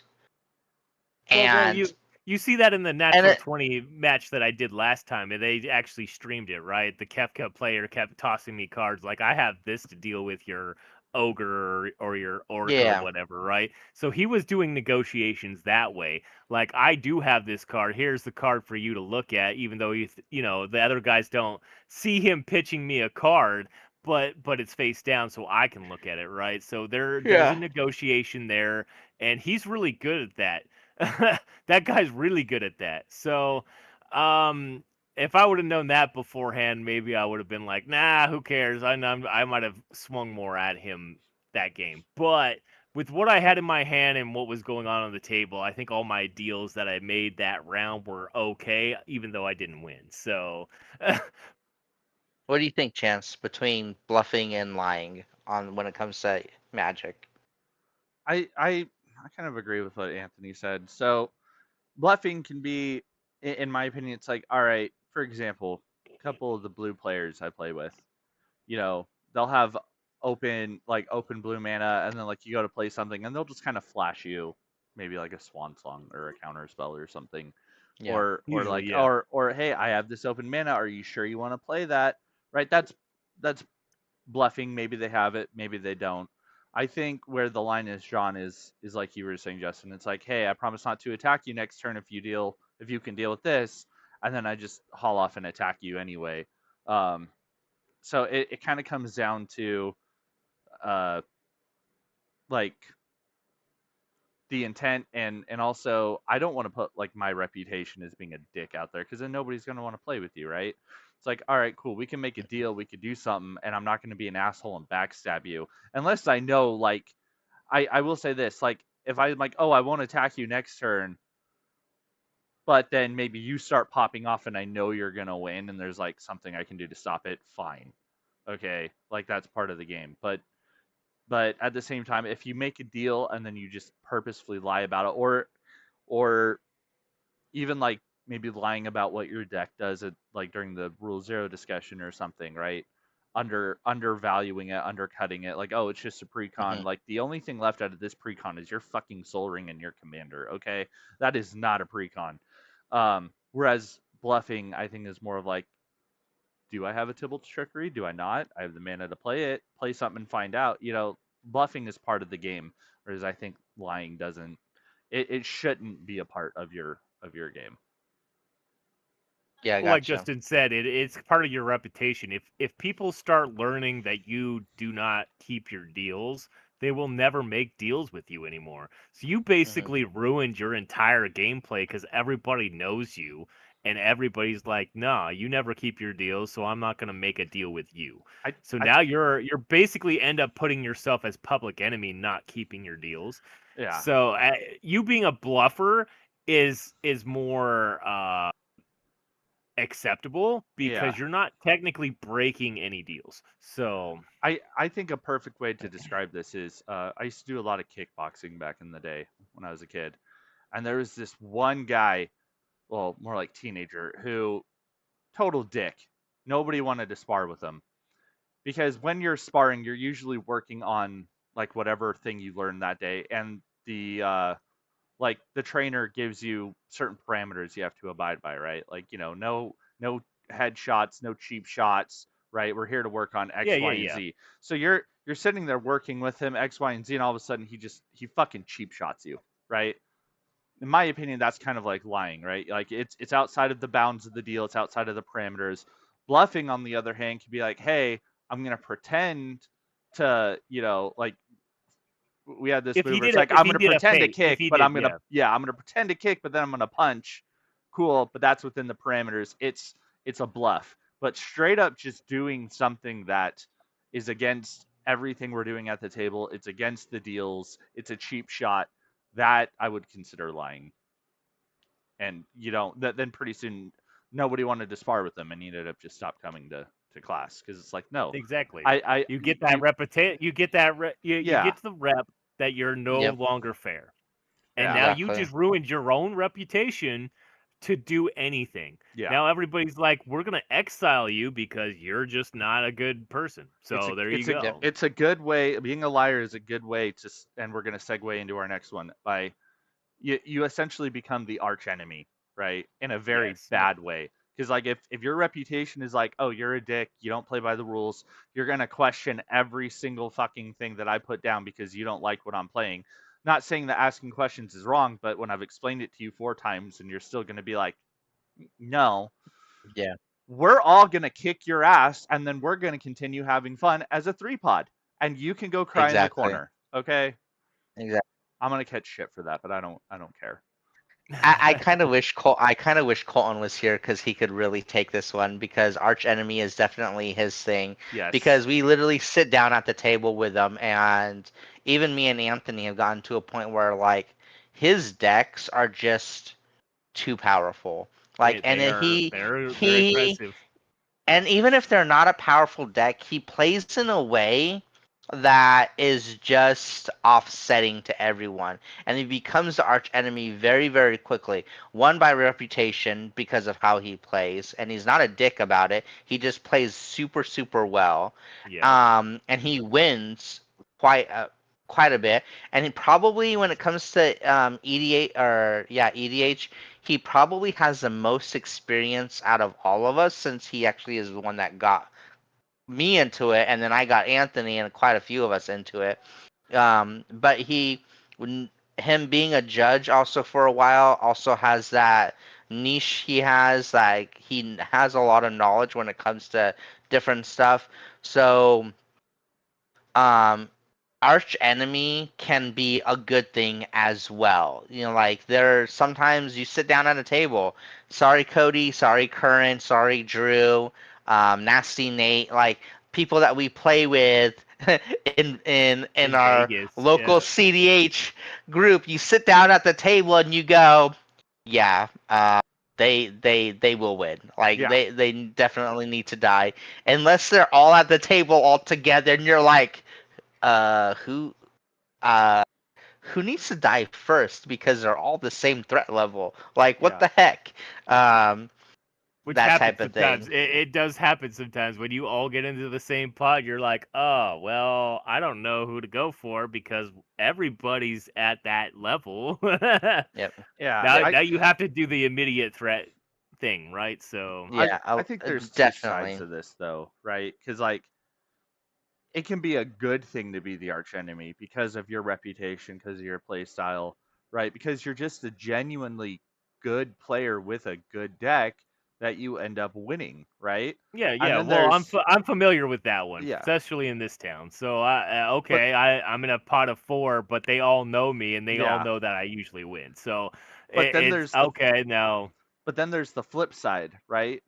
You're a dick, you don't keep up your deals, you try and cheat or sly or lie or whatever. That's a bad arch enemy to be, right? Like I want to walk in Mhm. and I don't want people to be like, "Oh, this fucking guy, we don't like him." I want them to be like, "Oh shit, Chance is here. God damn it. Well, there goes my winning tonight, right? Because I want to be feared because I'm good. I don't want to be feared because I am just an asshole who is a terrible player to play with." Exactly. I feel like what you're saying is a good enemy will elevate his table Yes. to play better and do better. And Yes. I think that's what Colton does for a lot of his people. And like that, like I try to do for my kids. I know I'm the arch enemy as soon as I sit down Yeah. because I have that experience. But I do that because I do want them to play better. A lot of the times we'll sit down and one of the kids will be like, I think I have win. Like with Gabriel, I think I have win. I got my 5 dragons off of Tiamat. How do I do this? And I go, okay, let's sit down. And I was like, I'm probably dead, but let's sit down and figure out what the best game plan is. And we did that the other day. And literally, he nuked the board. I mean, close to it. I mean, he killed me for sure.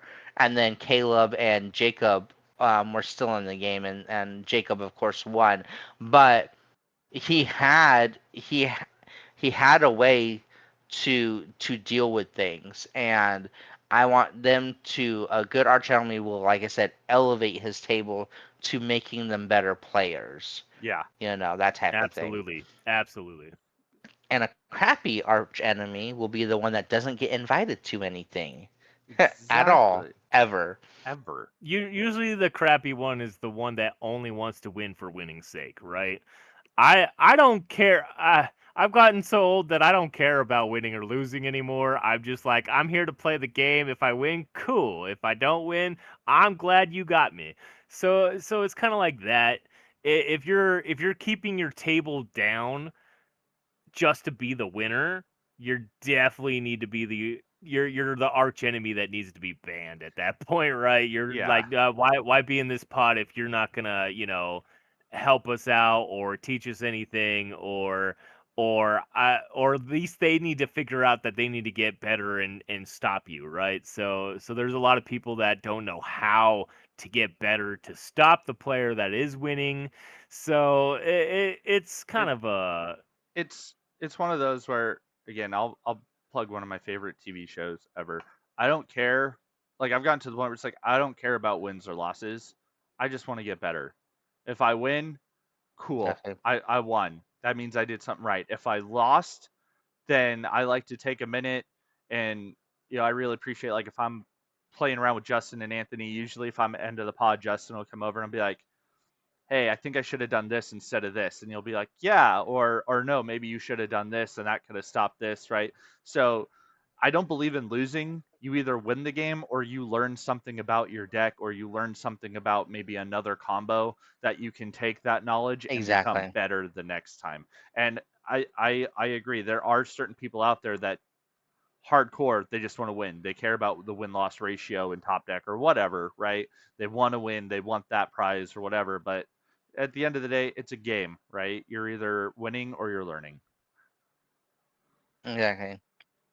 All right, so let's take a moment to, and I like this segment that we're going to start doing that we've been doing in the last two episodes. It's our middle-aged moment of the week. Oh god. So before we continue, we're going to put our cards down. We're going to talk about our jobs, our families, any responsibilities, the strange noises our knees make when we stand up. Um, so, our topic for this week is going to be finding time for our hobbies.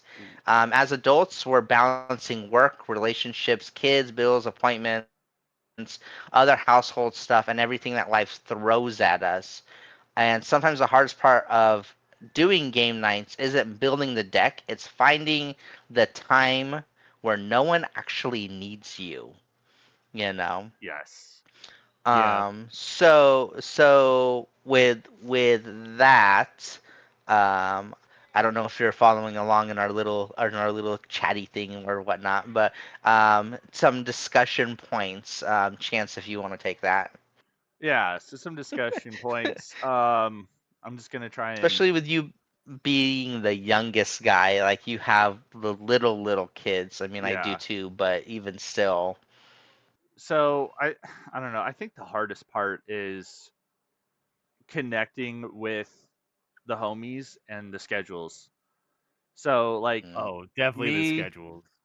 Justin, and Anthony seem to always have polar opposite schedules of the other two. Like, it doesn't matter. If I'm free on a night, you're working, or you have an appointment or whatever, or if I get a day free, you know, we got really lucky last Wednesday yeah, when you came. But yeah, I think that's the hardest part. And then especially, I got I have two little girls, so spending time with them, trying to spend more time with my oldest because summer vacation's almost over, and she's actually going to in-person private school instead of online private school.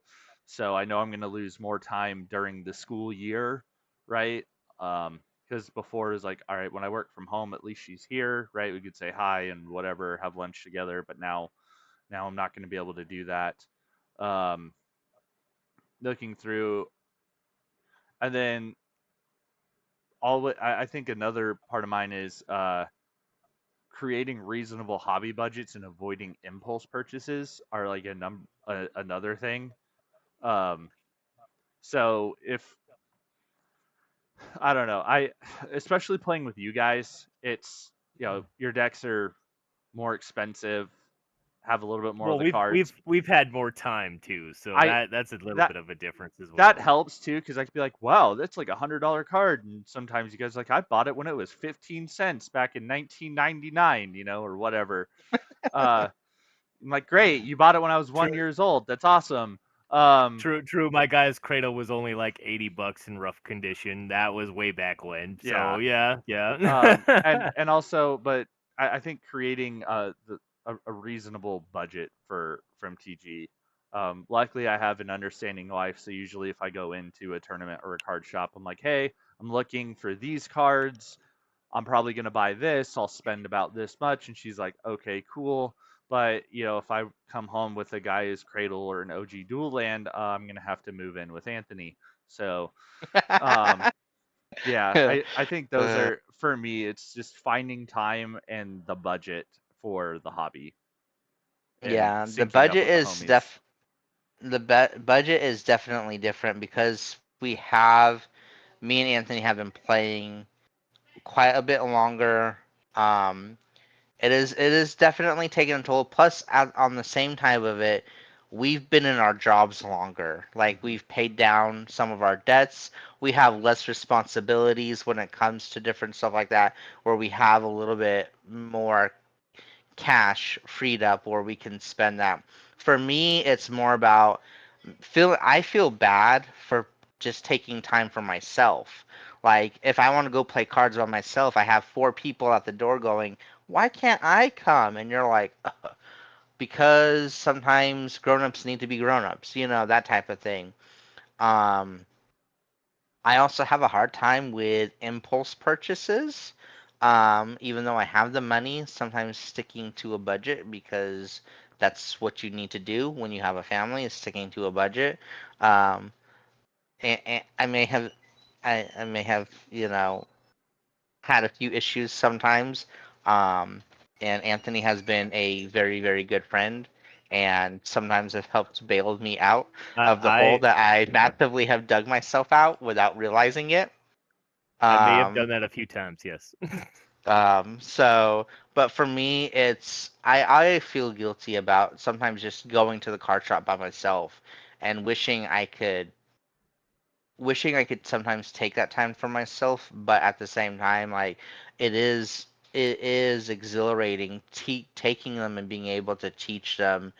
And then like yeah, time is the biggest one. It is so hard to line up three different schedules if we all want to go and play or whatnot, or just I work 10-hour shifts every single day for the most part.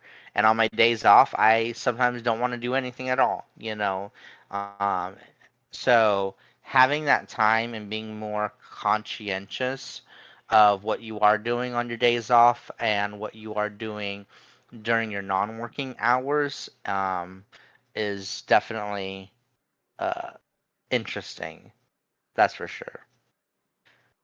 For What about sure. you, Anthony? Said the guy that's the bachelor that has no kids, feels like barely responsibilities. What's the that biggest thing for you?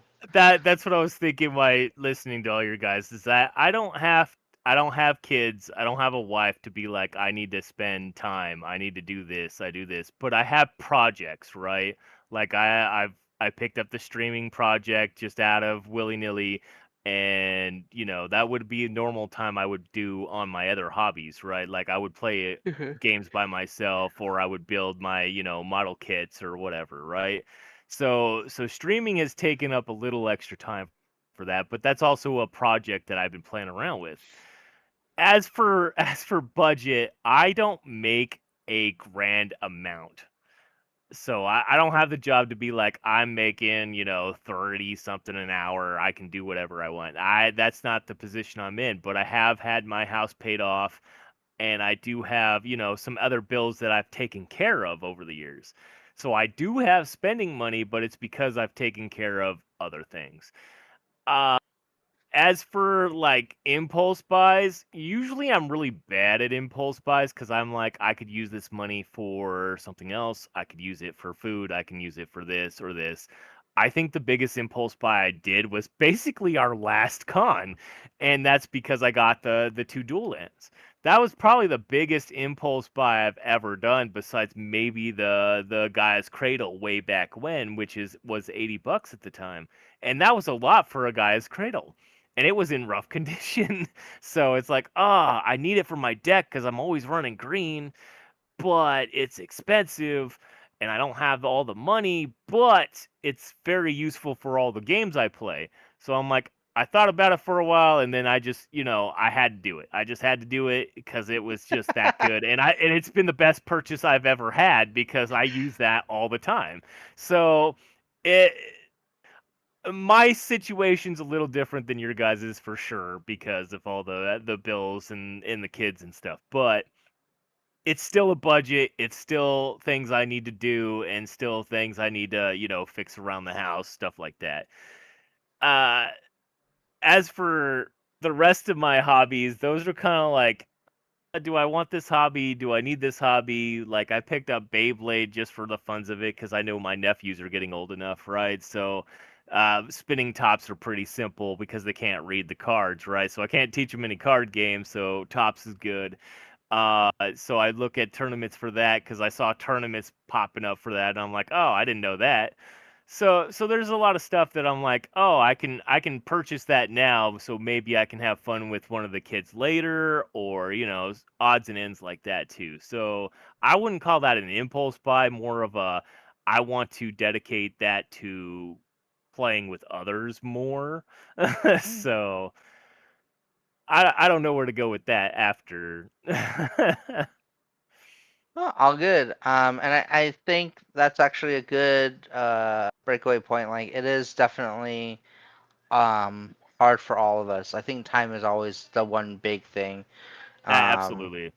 Well, my streaming time would be morning for you guys because I work all night. You mhm. guys have day jobs, and that definitely ends up being a big issue because if I don't have that night off, I can't do anything in that afternoon because I'm sleeping or whatever, right? So it definitely makes going to the card shop a lot harder because I'm sleeping during those hours. They're having tournaments. If I'm not working, I have to figure out how to sleep before we go in at least a little bit and try to play the best I can on lack of sleep and then see how it goes afterwards. So it's definitely fun to try to jury rig that. Okay. So question of the week for our audience, whoever we have it, for our listeners. So, what is one moment, and if you are, what is one moment that made you realize that you became a middle-aged gamer? For me, it was I have Tylenol in my in my game bag because I have Yep. massive headaches a lot, so it just needs something, you know, have to have it. Have to have it. What about you, Chance? What the one moment you realized, and you're like the youngest out of our village. I don't even know if we can call you middle-aged-ish yet, but you're getting there. Uh, You're I'd getting there. I'd say probably the Tylenol thing because I too get massive headaches, but um, I found out probably this last week. I really have to start taking my glasses with me everywhere because when I first got my glasses, probably a year or so ago, it's like I could kind of do it without it. My TV's blurry right now, right there. So it's like in order to like be able to, I've misread a couple cards and things like that. So I'm like, you know what? I have to start wearing my glasses. Okay. Okay. Understandable. What about you, Understandable. Anthony? It's aches and pains usually. Like I also have ibuprofen in my game bag and some other things, but it's when I get home and I'm like I need to go do some things, but I'm like my knees aren't working too well. That's not good. That's a new pain. Oh, my back's also hurting. That's a new pain. Like for years I've been like, "Oh, that's a pain I'm not familiar with," right? So it's kind of been progressing. Yeah. It's like, "Oh, I hope that pain goes away because if it doesn't, I probably need to see a doctor," right? Like my ankles hurt this day or my knees are aching, my lower back. Okay, do I need to just soak it for a while and then I'm good? Or there's a lot of experimentation that ends up happening when that happens. Like I have to consider seeing a doctor sometimes, and that's when it hits you. It's like, oh, is this a permanent problem where I need to get it fixed? Like there has to be something to do about it? Or is it something like, oh, am I kind of sick and my joints are just not working right today? So if I rest, feel a little better, maybe I'll be okay the next day. It's kind of a debating at that point. So it's a learning curve that I have been taking because I don't have the kids and the wife to be like, hey, you're looking pale. Are you okay? Right? Like I don't have that second set of people to be like, hey, you're looking off. I just go into work and see if they notice or not, right? If they don't notice or if they do notice and don't tell me, then obviously nothing's wrong. So I'm either Right? doing really well at hiding it or something. So that's when it hits you the hardest is that, oh, okay, I got a little extra aches and pains that I did not have, a couple years ago, so maybe. Okay. All right. Well, with that, let's get back to our Rule Zero topic, and we're gonna swing back into Rule Zero scenarios. The first one's gonna be the upgraded precon. A player say their deck is just an upgraded precon. During the game, though, they play several powerful tutors, and they have a two-card infinite combo. Was the Rule Zero conversation honest? Yes or no? That is a problem on the pod. They should have asked how upgraded. Is it Mhm. upgraded? Yes, he did not lie technically, right? It's an upgraded precon.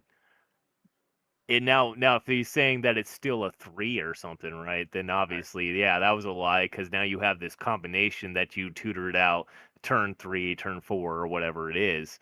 That was kind of a lie because now you're not in the 3 bracket, you're definitely in the 4 bracket without a doubt. Even if you're not CDH, you're still in the 4 bracket where you're competitive enough. So that depends So, on the table. The okay, so table I, should I ask more questions. so I have an actual interesting topic to that. There have been, at least that I'm aware of, there's been at least two precons that they have printed, and they've had infinite combos printed in those precons. Yes, one of the Final Fantasy ones was like that. Yeah, one of Final Fantasies, I think one of the Ninja Turtle ones as well. Yeah. Maybe it was a Yes. Ninja Turtle. That was, yeah. So is that?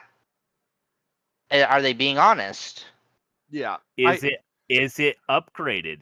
That was the question. Was it upgraded Yeah, or is it just the precon that has it, right?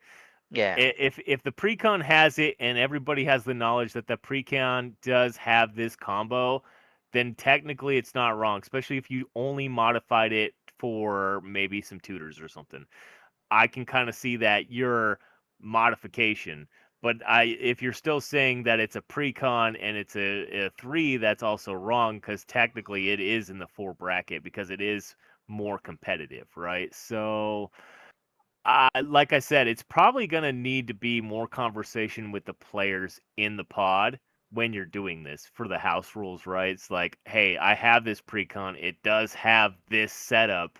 I did modify it with this set of cards.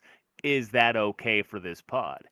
Is kind of what you should ask, but I know a lot of people will not give out that information, right? Gotcha, gotcha. Okay.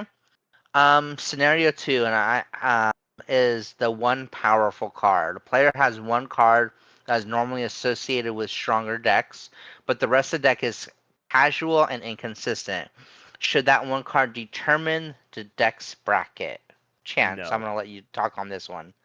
If it's on the game changer list, yeah, right, because you have to abide by that. However, if it's if you have one powerful card, it's not on the game changer list. No, I don't think it should determine the deck's bracket level because maybe it's that person who finally saved up and bought a Gaia's Cradle, and they're just excited to have it in their $40 pre-con or something. Like I know I've been there. Yeah, Um, yeah. I lost my mind when you gave me my first Dockside, and I had the shittiest deck ever. But I'm like, oh, I could play a Dockside. You know what I mean? So I think it comes down to, is it on the game changers list, and if it is it Oh, popping off with anything in your deck, or is it just like, are you just happy to have like a like like that okay. expensive powerful card in it? So I have mono white Giada. I have a Smothering Tithe in that mono white Giada. I also have Armageddon, destroys all lands in Giada. Should Okay. those two cards determine the power level of my deck? It's mono white. It's mono white angels. If it's So me, I'm gonna say no. because they're on the game changers list, I mean Mm, technically depending on what bracket, Smothering Tithe for sure is on, I believe, on the game changers Yes, list. yes, it yeah. is. But Armageddon is also no mass land denial, but it's the only one I have in my deck. Does that make it still a bracket 3 deck, or is it because of those two cards it's automatically a bracket 4? But because of the color I run, does it put it back to a bracket 3? Like it those cards, should they really determine what bracket level your deck is I at? I see what you're saying. So Determining on pod, if they don't know what you're playing, then yes, you should call yourself a 4. If they have Okay. no idea, you're in stranger territory. Absolutely, you should be completely honest and be like, hey, it might be mono white. I do have 2 game changers. It is a higher level 3, uh, but I'm gonna tell you that it's a 4. If you're honest like that, then sure, I'm game with that. yeah, If you're saying it's a 3 and yet you're running these game changers and a bunch of other stuff that are going to make people like you don't know them, they're going to see that and be like, oh, that's not good. Because I've had issues with me playing a proxy of Gaia's Cradle in my goofball decks, right? Oh, you have a Gaia's Cradle that makes you automatically a 4 at worst, right? No, no. Guy's Cradle only works when I have creatures, so no, not technically. But I've had people in pods do that, like the special dual lands. If you play one of those specialty dual lands that costs $500, they're gonna see that and be like, no, that's a high powered deck. There's no way that's not a high powered deck because you have an Mhm. expensive card in it. And that's not even on the game changers. That's just a land. Yeah. But should one card affect the total bracket of the deck? And I think that you were even explaining it yourself. I don't think one card should be a Yeah, total yeah. bracket of the deck. I don't think it should. I no. don't think one card should adjust your bracket, but I think you should still be honest with your opponents if they are not familiar with you. Like Yeah. Okay, so if you're playing me and Chance, obviously we're gonna be like, yeah, that's okay because I know what it does. I know what we're doing. yeah. If I see Smothering Tide, I'm either gonna counter it or I need to destroy it or whatever. That's one Yeah. card that I need to deal with, and Yeah. I need to protect my lands or find another way to get around your land destruction. And I have the opportunity to deal with it because I know what you're doing and how you're doing it. If you're against strangers, you should yeah. not you should assume the worst and they're going to see something expensive or powerful and immediately accuse you. You should just assume that they're going to do that. Uh, is it Okay. true? No, but they're going to see that card and be like, "Hey, it's a game changer. That's a problem." Uh, now now the now the politics are definitely going to change on the table because now you have to be public enemy because they didn't know you and what you're doing. You became So, Yeah. arch enemy for the wrong reasons. I would agree. If exactly. you're playing with a strange pot, it's better to be like, hey, you know, it runs like a 3, but technically it's a 4 because of XYZ. But if we're playing together, I'm like, oh yeah, I know I know what he's doing. It's a 3, Yeah. whatever. Exactly. We're familiar with the Okay. deck, Yeah. so it's like, oh, okay. As So long as I that make sure I deal with these components, I should be technically okay as long as I have the answer in my hand, right? So Chance also brought up the next thing that we're gonna hit. Scenario number 3, which is the strong pilot. So should your experience also be part of the Rule Zero discussion? Absolutely, because it's regardless of what your answer is, it's going to help you as a player, and it's going to help your pod. And I'll delve into this a little bit. So I've been playing what 2-3 years, but I sometimes go like there's been a couple times where I've gone probably 2-3 months without playing, right? So you Mhm. get rusty. So usually when I show up, I'm like I've been playing for a couple years, not as often as I want though, and I'm still kind of learning some of the mechanics and things. Most people be like, all right, cool, but also at the flip, like if you like Justin, for example, you come and you're like, oh, I've been playing for 15 years. I play CDH. Uh, if I'm like, let's say I'm somebody at the pod that you're coming into, I could be like, okay, this guy's been playing a long time. So A, I can expect him to know what he's doing. But B, if you come off as like a nice guy and you're like, I have been playing, here's what my deck does. It is a 4 instead of a 3, but it plays like a 3, whatever. I know then like, okay, cool, this is somebody I can learn from. Maybe if I, as a new player, have a question, I could ask Justin or I could ask Anthony in the pod or something like that. Or if I'm, if you're experienced too and you come in, there's a bunch of new players, that's a chance for you to maybe help those players become better as well, right? that comes down to mindset for a lot of the time. Is if your experience you're going to use as a teaching method, yes. Does everybody use their experience that justified? Not always. Some people will Yep. use their knowledge and skills to just win the game. So it's not a guarantee. There are some, like I said earlier, a paladin type that is going to play fairly and justly and keep to the things. Um, but not everybody plays like that. Everybody wants to win. So if I'm playing a bracket 3, I still want to win the bracket 3, right? So, Yeah. I feel like all of these topics though can be split because I feel like there's an answer for CDH and there's an answer for Mhm. casual and they're not the same. So like if it's CDH, no, I don't think it really matters. You're there to play a tournament, but if you're playing casual, yeah, I think the experience should be part of the Rule Zero conversation. That being said, I don't think that a more experienced player needs to play a toned down deck just to make the rest of the pod feel comfortable. Your experience should have nothing to do with like the deck you've built and brought to play, right? As long as the pod agrees to it, cool. But if you come in, like if I come in with a competitive deck and I'm new, but you're like, oh, well, I have 15 years of experience. I'm not going to be like, no, you can't play Selvala, right? You can only play Giat or something like that. But at the same time, I have seen a person with 15 years of experience take a pre-con and play better with it than the person that has only played a year and take the same pre-con. There is a definitely level of advantage of, unlike we said before, card advantage, threat assessment, different stuff that 15-year veteran has gone through that the 1 year is still learning. You know what Well, I mean? then the 1 year needs to get good. All right. Yeah, That's how that's you it get is what usually it good. is. You have that's veterans kick your ass Okay. repeatedly and you learn. All that right. So it's as it's the thrown into the water to learn how to swim type of deal. Yes, it's Ju- do you know how to swim? No, okay, we're gonna Justin teach you did now. that to Just me. chuck them in there Justin gave me a and free see if he pre-con and floats. was like, "Hey, yep, I paid for you to go yep. have a tournament. Cool, this will be fun." Thoracled. That was the shortest 90 seconds of my life. But guess Yeah. what? Guess what? I got good. I'm not great, but I got better. So go get your ass kicked. Get better. It's Okay. it's a mindset is what it is. Okay, I'm gonna get if you're canceled. new and you want to get better, right?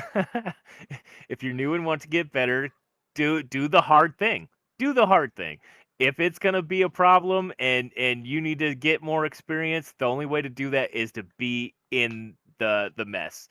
Uh, Other than that, I think the skill level could be a negotiation topic for a Rule Zero being, but on that note, because I have 15 years experience or however many it is, I should Boomers. know that I need multiple decks on hand in case the pod does not like what I just brought. I have enough Yeah. experience to know that not everybody's going to like that I built a squirrel deck and it's going to go squirrely. Okay? Some people not going to have that, and okay, that's fine. You don't want squirrels, that's fine. I have another deck that I might want to try with your pod if you are willing, right? Like I have this structure deck that might do this. Or oh, you don't like squirrels? Well, here's some elves. Okay, that's a definitely no. Okay. Right. All So right. with experience should be that I have multiple decks that I could negotiate with the pod for Rule Zero. All right. And you should know that by now after 15 years. So All right. it is debatable. We got to So move on. It's just- on to our next topic. So some of us are a little bit pressed for Yes. time here, such as myself. But next one is we're gonna go to hot takes. Everyone gets one, and then everyone gets a hot take, and then each other person, each host will get a chance to respond with one or two lines to that Okay. person's hot take. Oh, okay. Okay. You need to explain this one Please. to me because I did All not right. understand it. Okay, please. Okay, go ahead. Start us off, Chance. If you play Eldrazi's or Slivers, you're an asshole. Okay, if you play Eldrazi's or Slivers, they are viable options. I just think that Okay, you I need shouldn't to say find it. something better. I shouldn't say an You- asshole. You're a th- boomer those- and an asshole. You, Uh, I'm gonna say no because those are viable options and they are clan based, which makes them have also weaknesses. You have a Sliver But that deck, don't you? I built one for my brother, yes, I fucking knew it. but he's the one that plays it, not me. So anyway. you know, That's my hot take. all right. My hot take is going to be expensive cards do not automatically make a deck powerful. That is like the one that I like the most. Thank you. 100% agree. What about you, Anthony? What's your hot take that for this one? elves don't make me priority threat. I All right. disagree, but okay. I'll agree and I'll agree and disagree. It depends on the elves, but your elf deck, you are 100% the threat. Don't even start. It's a door. Come on, most of them just tap for mana. How hard? You how beat harmless. me on my draw step. Fuck those All right, elves, gentlemen. All right. So here we go. We are going into a lightning round. All right, let's no go. quick answers. Quick answers, no speeches. What instantly makes you suspicious during Rule Zero, Anthony? Suspicious during Rule Zero, like the negotiation process, Yes. that they're running blue and say they have no counters. Okay. Chance. It's an upgraded precon. That we're having a Rule Zero conversation to begin with. That's just mine. That's fair. That's fair. Okay. Fair. All right. Nice. What card immediately changes threat assessment? Chance. You're stupid. The tithe. Smothering Tithe? Okay. Smothering Anthony. Turn one fish. Fuck you. It adjusts the whole table. The whole table adjusts when you turn one fish. Okay, the Yeah. whole thing changes. For me, it's turn one Soul Ring. That's fair. All right. Fair, Alright, because would you next. rather? your Would you? son. Okay. Would you rather face a combo, control, or stacks deck? Chance. Combo. Easier to counter. Easier to deal with. Anthony. I'm gonna go with the same. Probably a combo. It's easier to counter.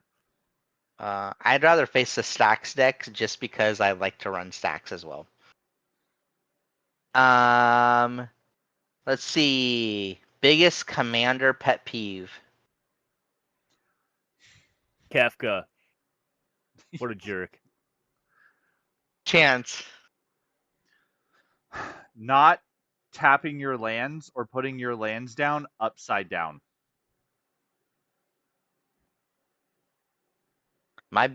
So my brother used to do this. My biggest commander pet peeve is putting your lands on the front side of the board and everything else behind it. Ah, Good point. Um, Good point. okay, so what is your favorite political card? This will be the last one. Kervek the Merciless. Okay, Anthony. Oh man. Probably a tutor. Probably like Vampiric Tutor. Mine will be Savala. It's gonna give you card draw. Don't worry about it. Yeah, thanks for that loss last week. All right. So, questions for everyone listening this week. Has the commander bracket system improved the game? Do you always discuss Rule Zero? What is the worst Rule Zero mismatch that you've also experienced? What is the biggest threat assessment mistake that you've witnessed?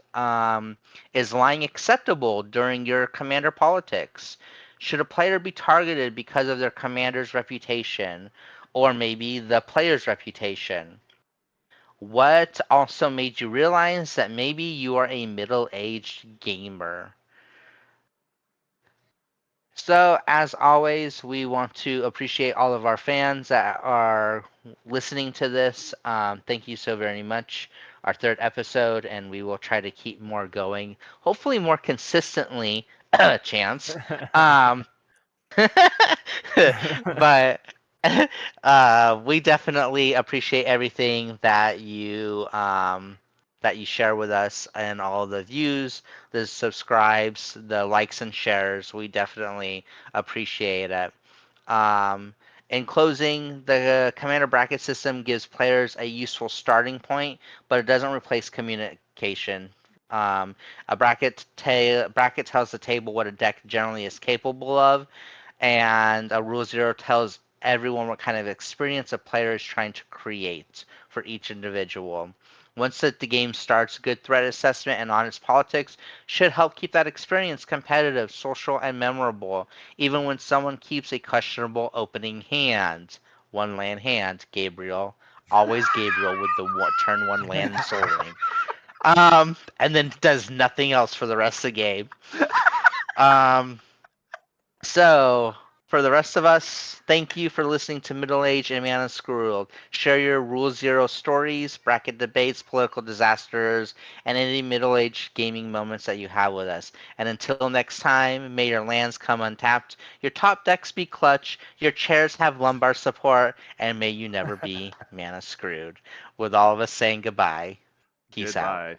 Thank you. Amen.